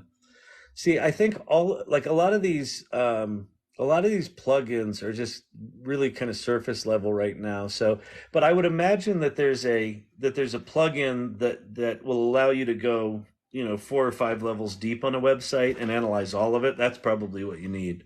But you could do it page by page if you just wanted to do that kind of thing. Thoughts on going to school to be a software engineer? My kid starts in the fall. Hey, Laura. I'll tell you what. I would much rather be a freshman entering software engineering school than a senior. Because the seniors, unless they were doing machine learning, the seniors were probably taught a language or two, and they were sort of taught you're going to get an entry-level programming job, and you're going to do this kind of low-level, bug squashing, tactical shit programming. And all of that is being automated. Like what I can't get my head around right now is what happens to the entry-level jobs. Like all the entry-level jobs are work for the senior people, and then in working with the senior people, you'll get better and you'll figure out why the shit work, and it's because the senior people didn't do their jobs good, and that's why you had the shit work. So when you get to senior, right, all of that goes away because all that low-level stuff is just going to be automated right out.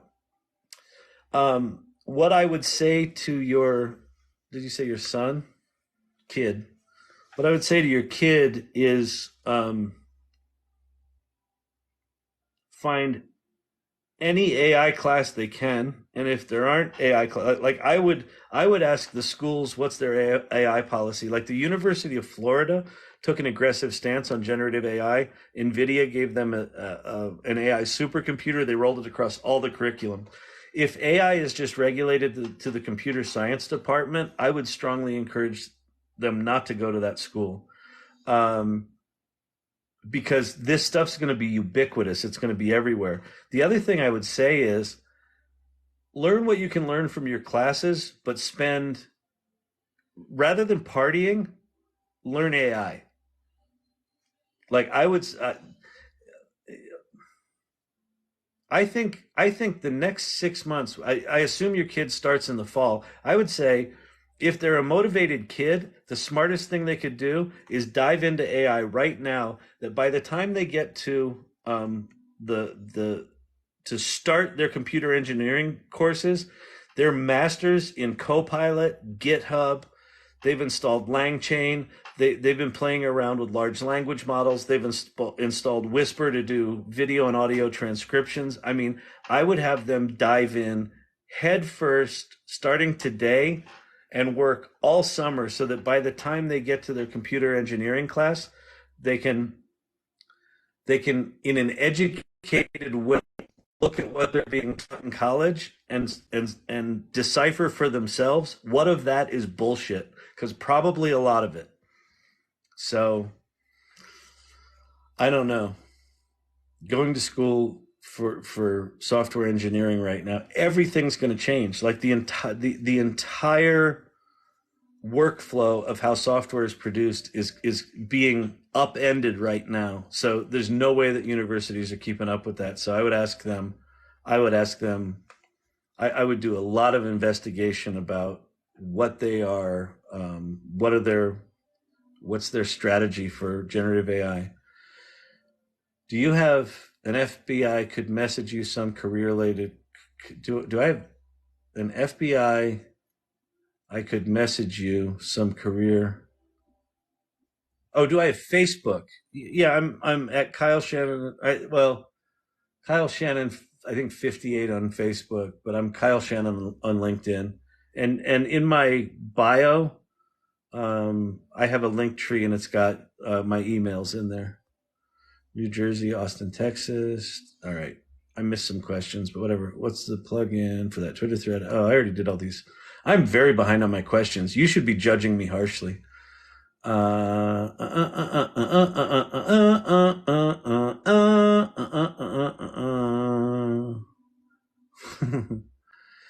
right. Lurking from Austin. Oh, we got a couple of people from Austin here. I'm just south of you in the Springs. Oh, cool. Nice, Timmy. You should come to the AI salon. If you go to my bio, I started an AI salon here in Denver. But you can also log in from everywhere. We meet every other Tuesday. We bring in speakers. Like we brought in John Knack, who's a senior AI guy at Adobe, and he showed us some of the stuff that has now turned into generative fill within Photoshop. And he's actually going to come back and tell us what they're learning as they're rolling out that remarkable tool. If you haven't seen generative fill in Photoshop, mind-blowing. Will ChatGPT ever have real-time information? It does right now. Sorry about giving the wrong URL. I should have read, uai.ai. All right, I'll give you a second chance. So someone that, uai.ai. All right, let me look at this. ChatGPT, Google Bard, and other foundational artificial intelligence models have been trained on the output of humans, the set of humanity's publicly available digitized creations. But what if you could train a model on the inputs of humans, cognitive constructs, decision-making patterns, actual states of mind, rather than just here? Let me flip the camera because this looks interesting. All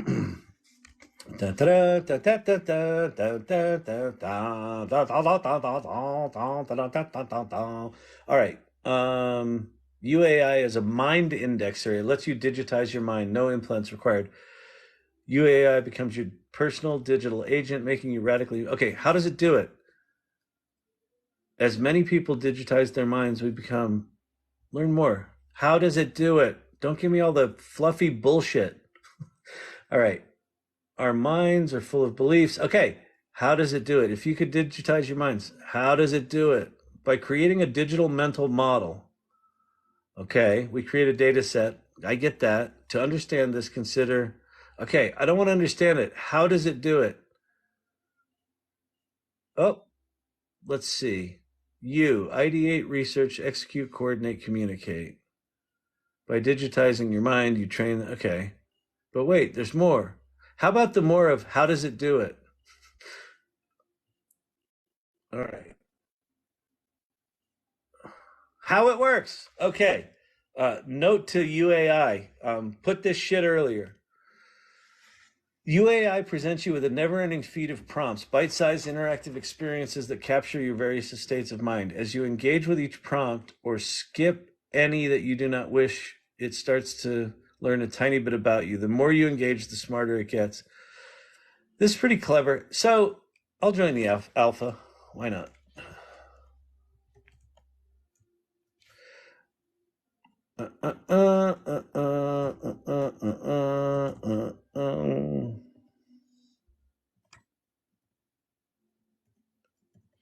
I know you can see some of my fingers here. I don't give a shit. I am over 18. I agree to the terms even though I haven't read them because that's what we all do. And that's why Google owns us. UAI is an app that you engage with. It sort of feels like TikTok. It's a never-ending feed of content. All right, cool. Well, I'll check that out at some point. Yeah, that's interesting. All right, cool. Gotta flip my camera back. I don't have to. I can just keep showing my screen. Actually, what I'll do while I'm... Oh, shit, I did flip it. Hang on. Hold. So if you're new here, it looks like we've got some new people here. This is the AI Learning Lab. These URLs on screen right now, that's the official ChatGPT website. If you haven't used ChatGPT, go there now. Go there now. Just go there now. Nothing will happen. The robots will not kill you. Sign up for a ChatGPT account. Start playing. If you don't know what to type in, go to that next thing, prompts.chat. That'll teach you how to prompt and give you exciting examples of prompts that you can put in there. And you can see how fucking mind-blowing it is. And then if you really want your mind blown, go to that last URL, futurepedia.io. That's a list of hundreds, probably at this point, thousands of AI tools, all of which are somewhere between $5 and $65 a month. And you can go broke playing with tools that'll probably be out of business in 3 months. All right. Back to GPT-5. Hi, I'm GPT-5. You thought GPT-4 was impressive? Look at me talk. All right. How do you use different versions of ChatGPT? When you go, God dang, I gotta keep flipping my camera. When you go to ChatGPT, at the top of the window, there's GPT 3.5 on the left, and there's GPT-4 on the right. And if you've enabled browsing with Bing and plugins, you'll have default, which is not connected to the internet, browse with Bing, which is connected to the internet, and plugins, which is plugins. And a lot of those plugins are connected to the internet. So use GPT 3.5 if you don't want to pay the $20 a month. If you do pay the $20 a month, you use GPT 3.5 if you want speed. It's faster. And then GPT-4 is what I use most of the time, unless I need something fast. And then what else can you use? You can also use Bing.com and click on their little chat button, and that is GPT-4. And when you go there, let's see, how do I start over? New topic. You've got these three modes: more creative, more balanced, and more precise. So you can flip between these different modes. With the different modes, but this is basically temperature. So when you play around with GPT in the playground, you can slide this thing called temperature, which is basically just more or less creative.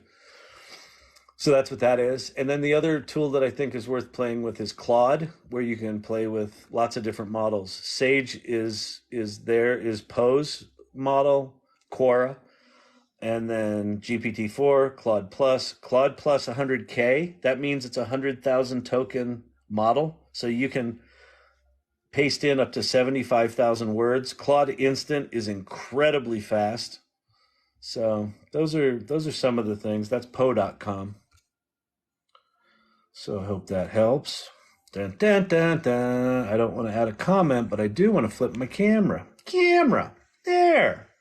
I flipped my camera. Darth Mongoose. Is it an app also? ChatGPT, they have an official app. Let me see if it's...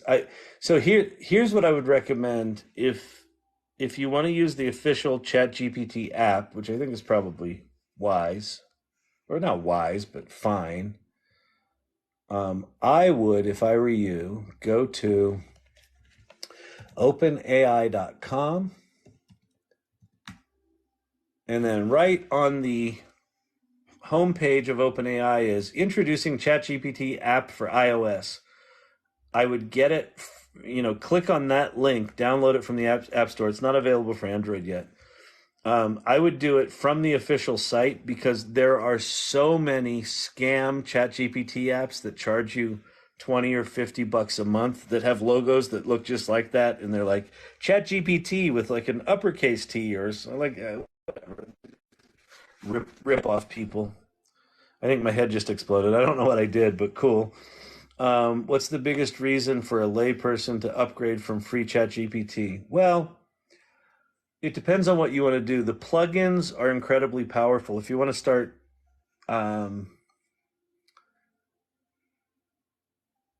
basically, if you just want to be a power user, like ChatGPT 3.5 is still fucking remarkable.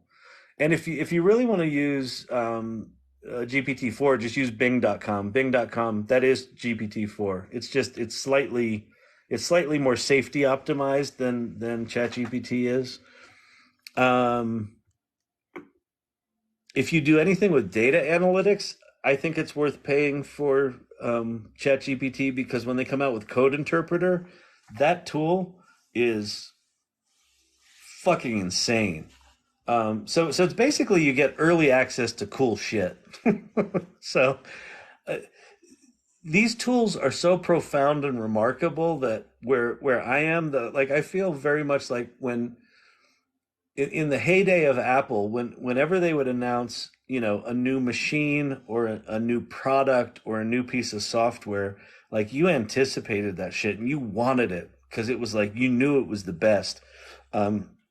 That's kind of where my head is right now with this AI stuff, that things are coming so fast and they're so remarkable that I want to be there when they flip the switch on, because I think it's going to give me an incredible advantage. And that's why I started this channel, is I just want to share, I just want to share the magic of what this stuff is. Milk. $500 for milk. I mean, seriously, like we just went to the grocery store and we got like 4 bags of groceries. It's like $325. I'm like, what the fuck? Like, and we don't buy like gold leaf covered pate. We buy like milk and chicken boobs. How are we going to keep this from killing us?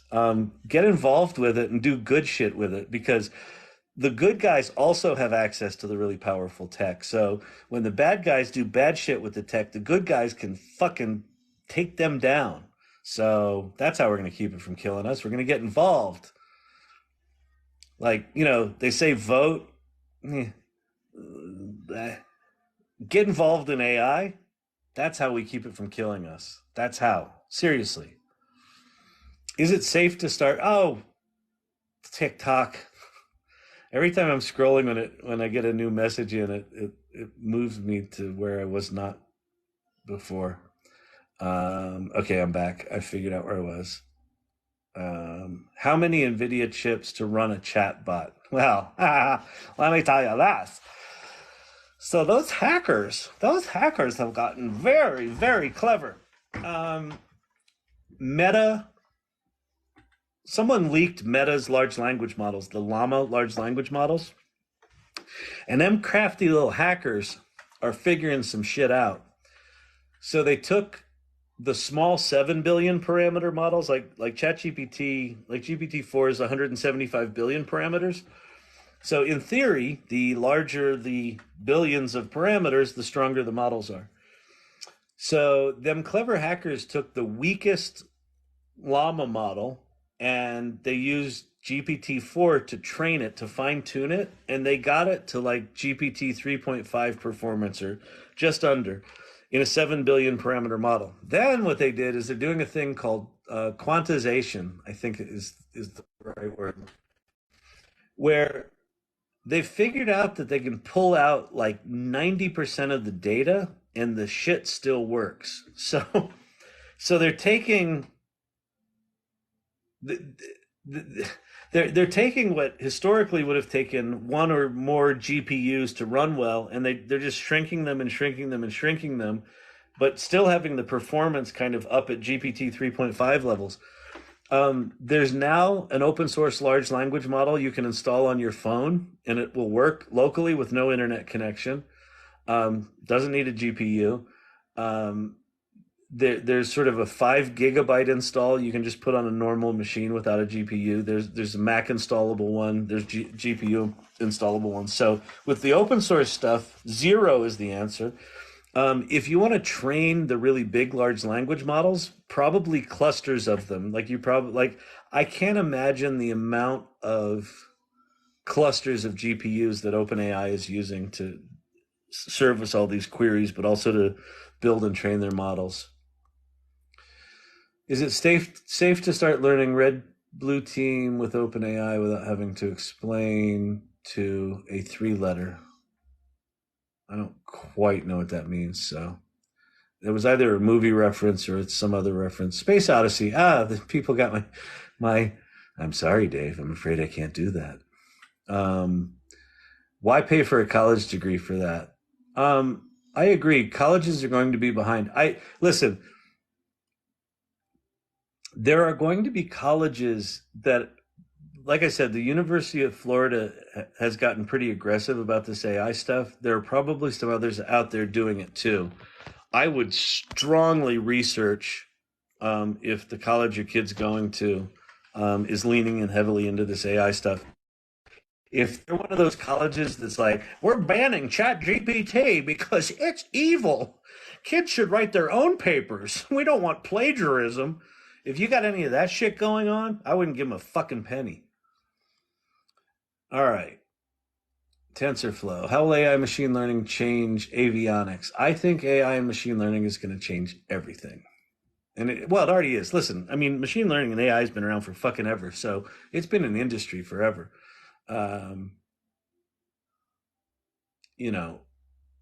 Here's how it's going to change avionics. Here's how it's going to change everything.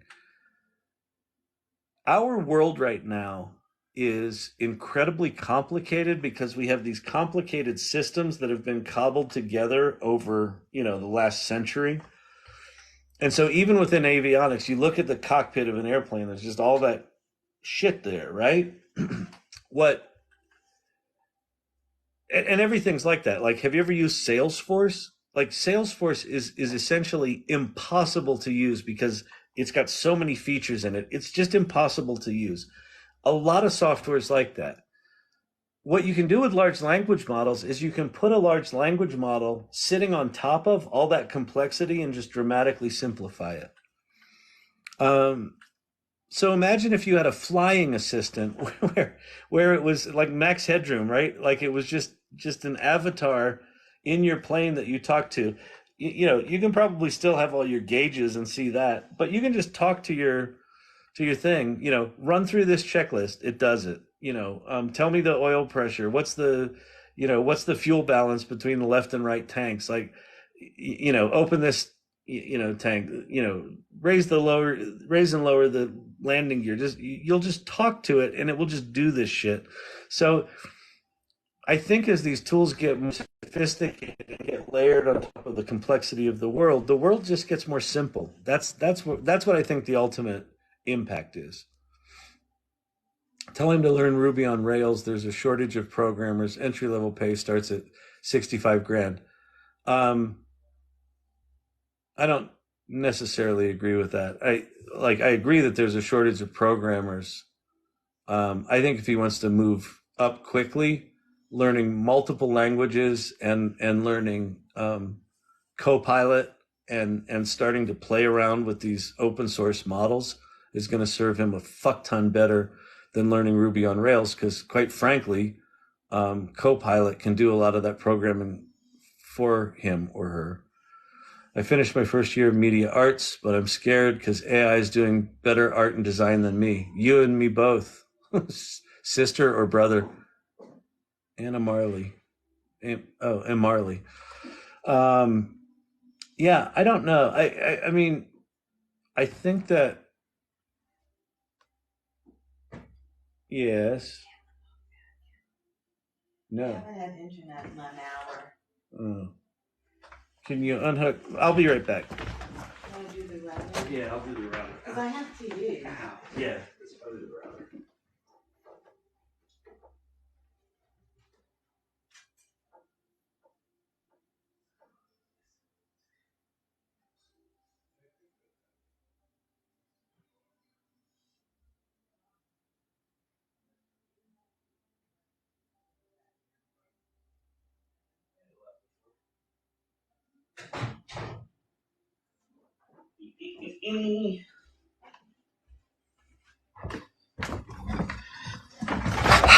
Wi-Fi issues. Thanks, Xfinity. You suck.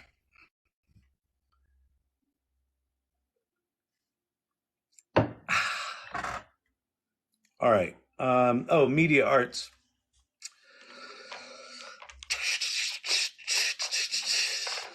I would say get good at, rather than thinking of the tools as things that are going to replace you or are in competition with you, I would start thinking of the tools as tools that can amplify your talent, right? So if you've got a good creative eye, maybe you have an expectation that you're going to use these 4 years to get better at illustrating. And all of a sudden, here's a tool that's really great at illustrating. Maybe shift your expectations about what your role is. Your role may shift to more of, rather than virtuoso, conductor, right? Someone that's conducting lots of tools. So I would practice skills of critical thinking, creative ideation, refinement, things like that. So yeah. So I mean, and this is the thing. I think, you're just starting in school. Imagine, the designers and illustrators and things like that have been doing it for 30 years, all of a sudden going, holy shit, what the fuck do I do now? There's not a good answer for that.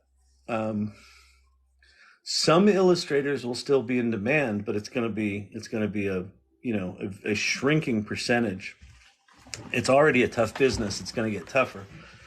The people that adapt and take their creative minds and learn how to use these tools are going to be like superheroes. So I would do that. I would, it's a similar, like my thought is similar to the person going into, starting engineering school. Is I would just lean heavily into AI, like learn the shit out of Midjourney, learn the shit out of Stable Diffusion, start playing with Adobe Firefly, learn generative fill, get good at this shit.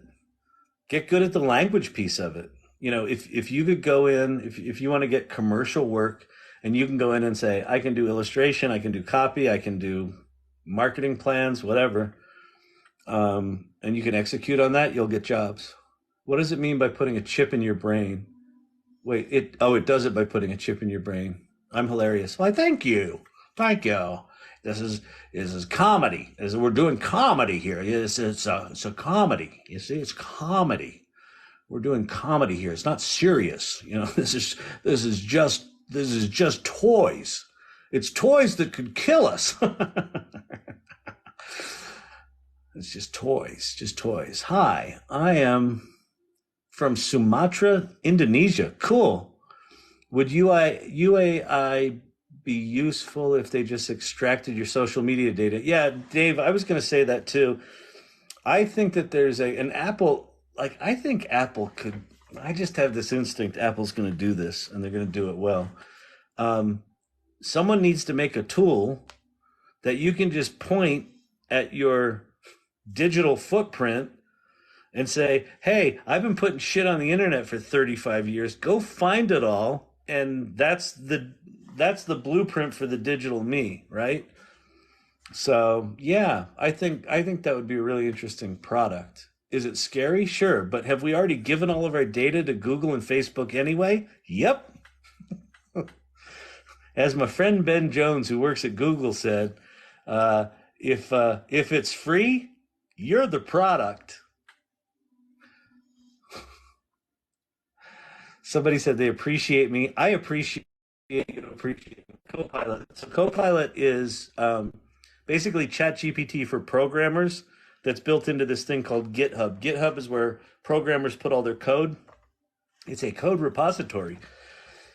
And all of the finest geeks go there. And all of the finest geeks these days are going to Hugging Face. If you don't know what Hugging Face is, oh, you're very out of the loop. Basically, it's just another place to put piles of code. That's where you put AI models. Hugging Face is actually pretty interesting. They just came out with their own chatbot. But Copilot is basically a coding assistant that, so when you're in GitHub, you can be programming and it will watch you start to type a line of code and then it will predict what function you're about to write and it'll just write it for you. And programmers are seeing kind of 30 to 50% productivity increases. And then Microsoft owns GitHub. So they basically took GPT-4, did a code specific, tool for GitHub. Now they're taking that Copilot branding and they're rolling that across Office 365, Dynamics 365, Windows 11. They're rolling it across everything, all the Azure platforms, things like that. I'm piloting a Boeing 747 Max. This is my first flight. Guide me from LAX to DTW. Yeah, exactly. Like that's the shit that's coming. Putting a simple front end on a 747 cockpit is not next year. Anything where you've got, where it's mission critical, where you got lives involved, right? So healthcare, piloting, things like that. You've got the FAA to deal with, but that concept is exactly right. Like that's what's coming. I'm a software developer. I think ChatGPT will diminish teams. A 20-man team can be instead a 5-man team. Yeah. So the investment community is talking about this a lot too, where they're talking about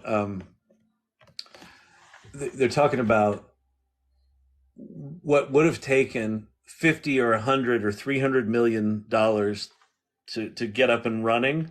You're now going to be able to get up and running for $5 million.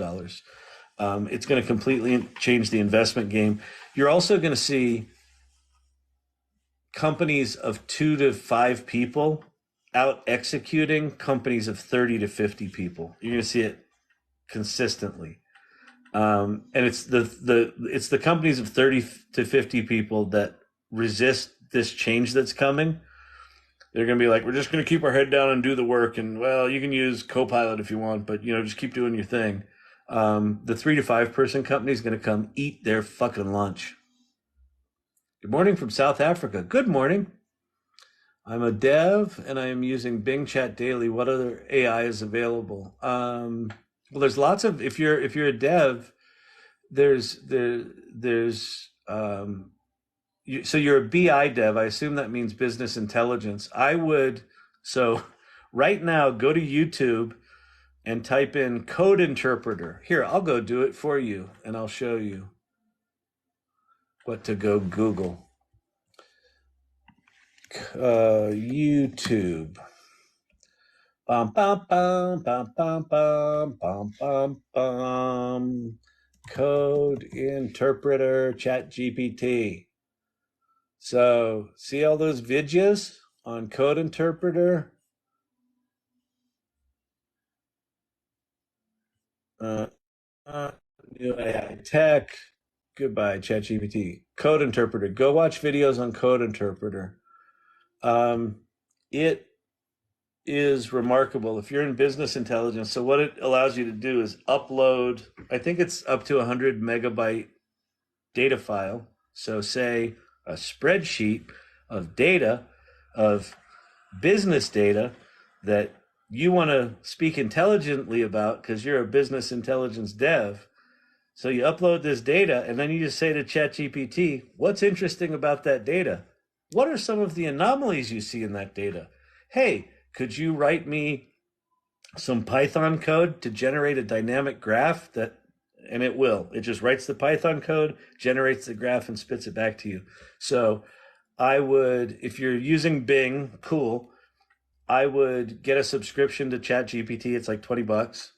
And I would start playing with plugins like Wolfram Alpha's in there. I'm sure there's a thing in there that'll generate images and like graphs and things like that. I would start learning the plugin architecture, and then I would just wait impatiently, like I am, for Code Interpreter, because it's going to change your life. It's going to change the game completely for business intelligent people and data analysts. It's a data analyst in a box. Like, it's a full data analyst. It's not a tool that a data analyst would use. It's a data analyst. It's amazing. Okay, dystopian future, I saw that. I'll come back to that. All right, there's the hello from Indonesia. Hello, appreciate you. Good point. Thank you, thank you. Dystopian future for sure, but what it is coming. Nah, I don't necessarily agree with that. AI might solve the energy crisis. It might solve climate change. It might cure cancer. It might annihilate us, but I am choosing to live into a brighter future. So there. There, I said it. Did you answer my question about getting in touch with you? I think I missed it. I did. So I'm Kyle Shannon on LinkedIn. I'm the CEO of Storyvine. You can go to storyvine.com. In my bio is I've got a link tree there. I've got my email in there. I've got the AI Salon. I've got Storyvine. So it's all in there. But thank you for wanting to reach out. Curious to hear what you want to talk about. Generative AI is exponentially growing, but what happened to the metaverse? Where is it headed to? So a couple of things happened with the metaverse. Blockchain and NFT technology is interesting. It's very interesting, and I think it's actually going to be quite important with AI. I think validating authenticity is going to become really, really important. And I think, some sort of tokenized technology is going to help with that. But they had a couple of problems. I think one of the big mistakes that crypto and blockchain and NFTs did was lead with technology. The metaverse similarly is leading with technology. And what the mistake that they keep making over and over and over, and they've been making it since the fucking mid 90s, and they're still making it, is that they're leading with technology.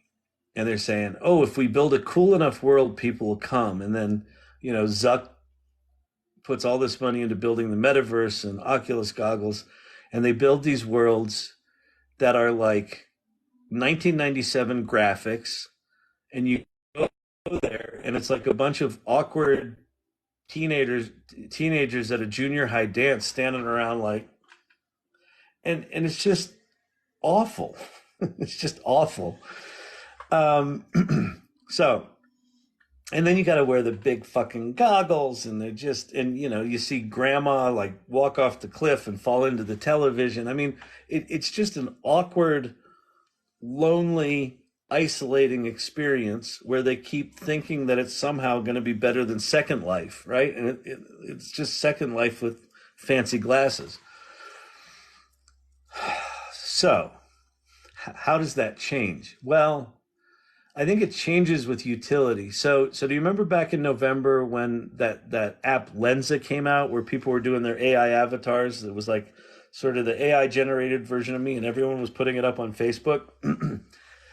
That to me felt like the first step of people self-selecting into assigning an avatar to their face. Apple's got a big announcement on Monday. One of the things they're announcing is you can clone your voice so that you can send virtual messages without having to say them. You can just type them and it will sound like you. They're probably going to do some sort of face thing, and then they're probably going to turn that into an avatar.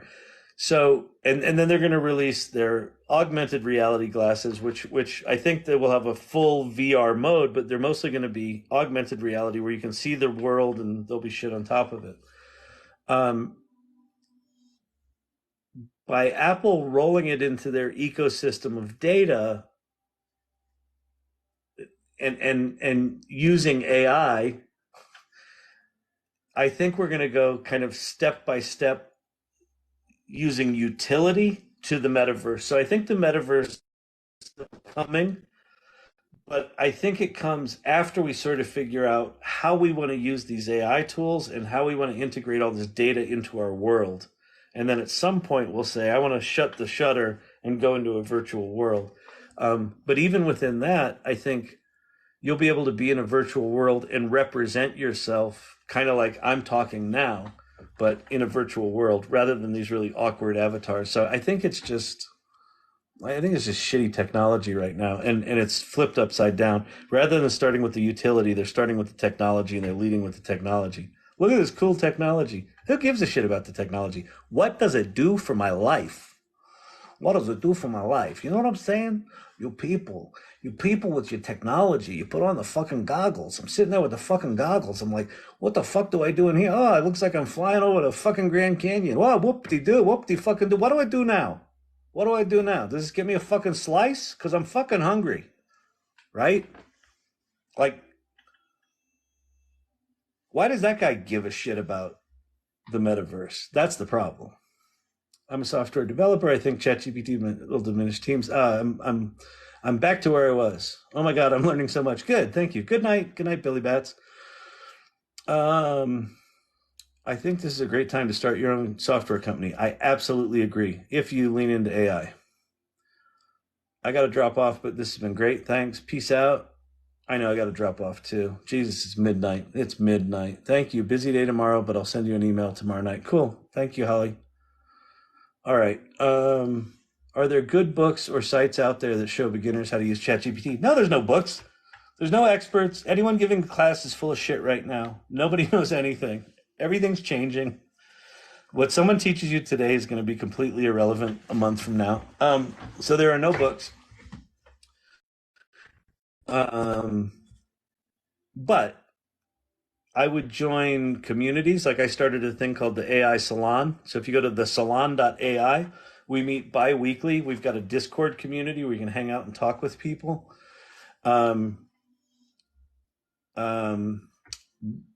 You could join communities like that. So find a meetup in your area is a way to do it. I think one of the best ways to use ChatGPT is don't think like you have to learn ChatGPT.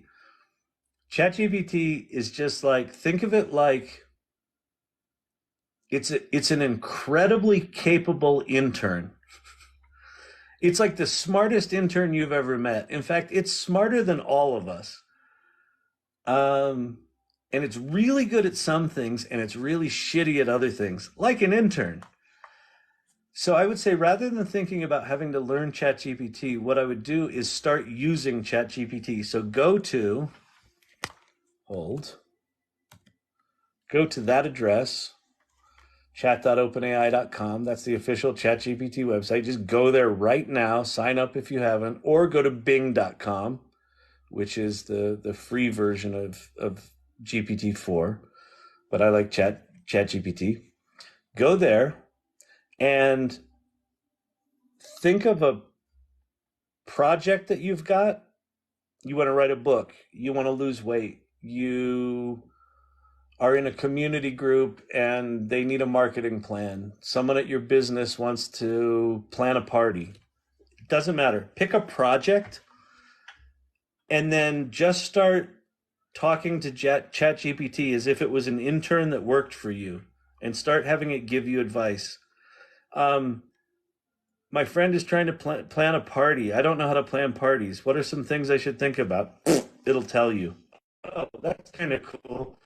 Could you give me 10 ideas for icebreakers? There's 10 ideas for icebreakers. So I think the best way to learn ChatGPT is just get your hands dirty, get your fingernails dirty, get curious, dig in. Absolutely the best way to do it. Any meetups in Chicago? Probably. I just go to meetup.com and see what's there. I think I skipped a bunch of questions because TikTok sucks. TikTok sucks. What are we going to do, TikTok? How are we going to make you better? You keep adding features.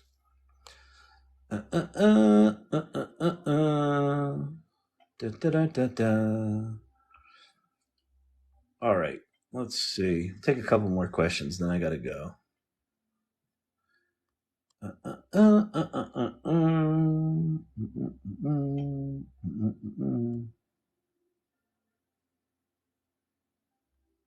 Oh, thanks for answering my questions, but I'm doing a master's in media arts. Oh, okay. Yeah, so you're deep in it. I mean, I don't know what your focus of your master's is, but if you're still here, I I don't know. I think these tools are just absolutely fascinating for media arts, but it changes everything. It changes how music's produced, how art's produced, how writing's produced. It changes everything. So, again, I would just, I'm a fan of saying disrupt yourself before you get disrupted.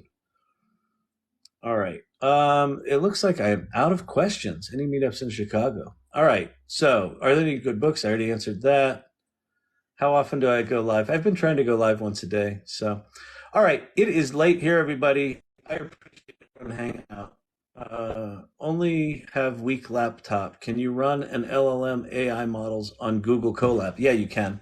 You just need a Google Colab with a GPU to run some of the larger ones, but just go look up the large language models. They're getting very, very efficient. You can even install them on weak computers without internet connections. So I would go look at that.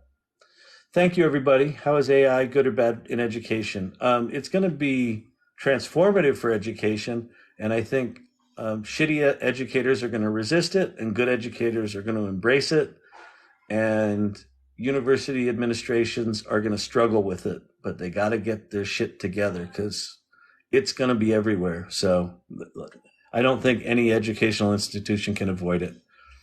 Thank you all. It's 8 in the morning there. Good morning. Good night, everybody. It's midnight here. I am going to go take a nappy and I'll get up tomorrow and start learning more about artificial intelligence or machine learning or large language models or whatever the hell it is. Night, everybody.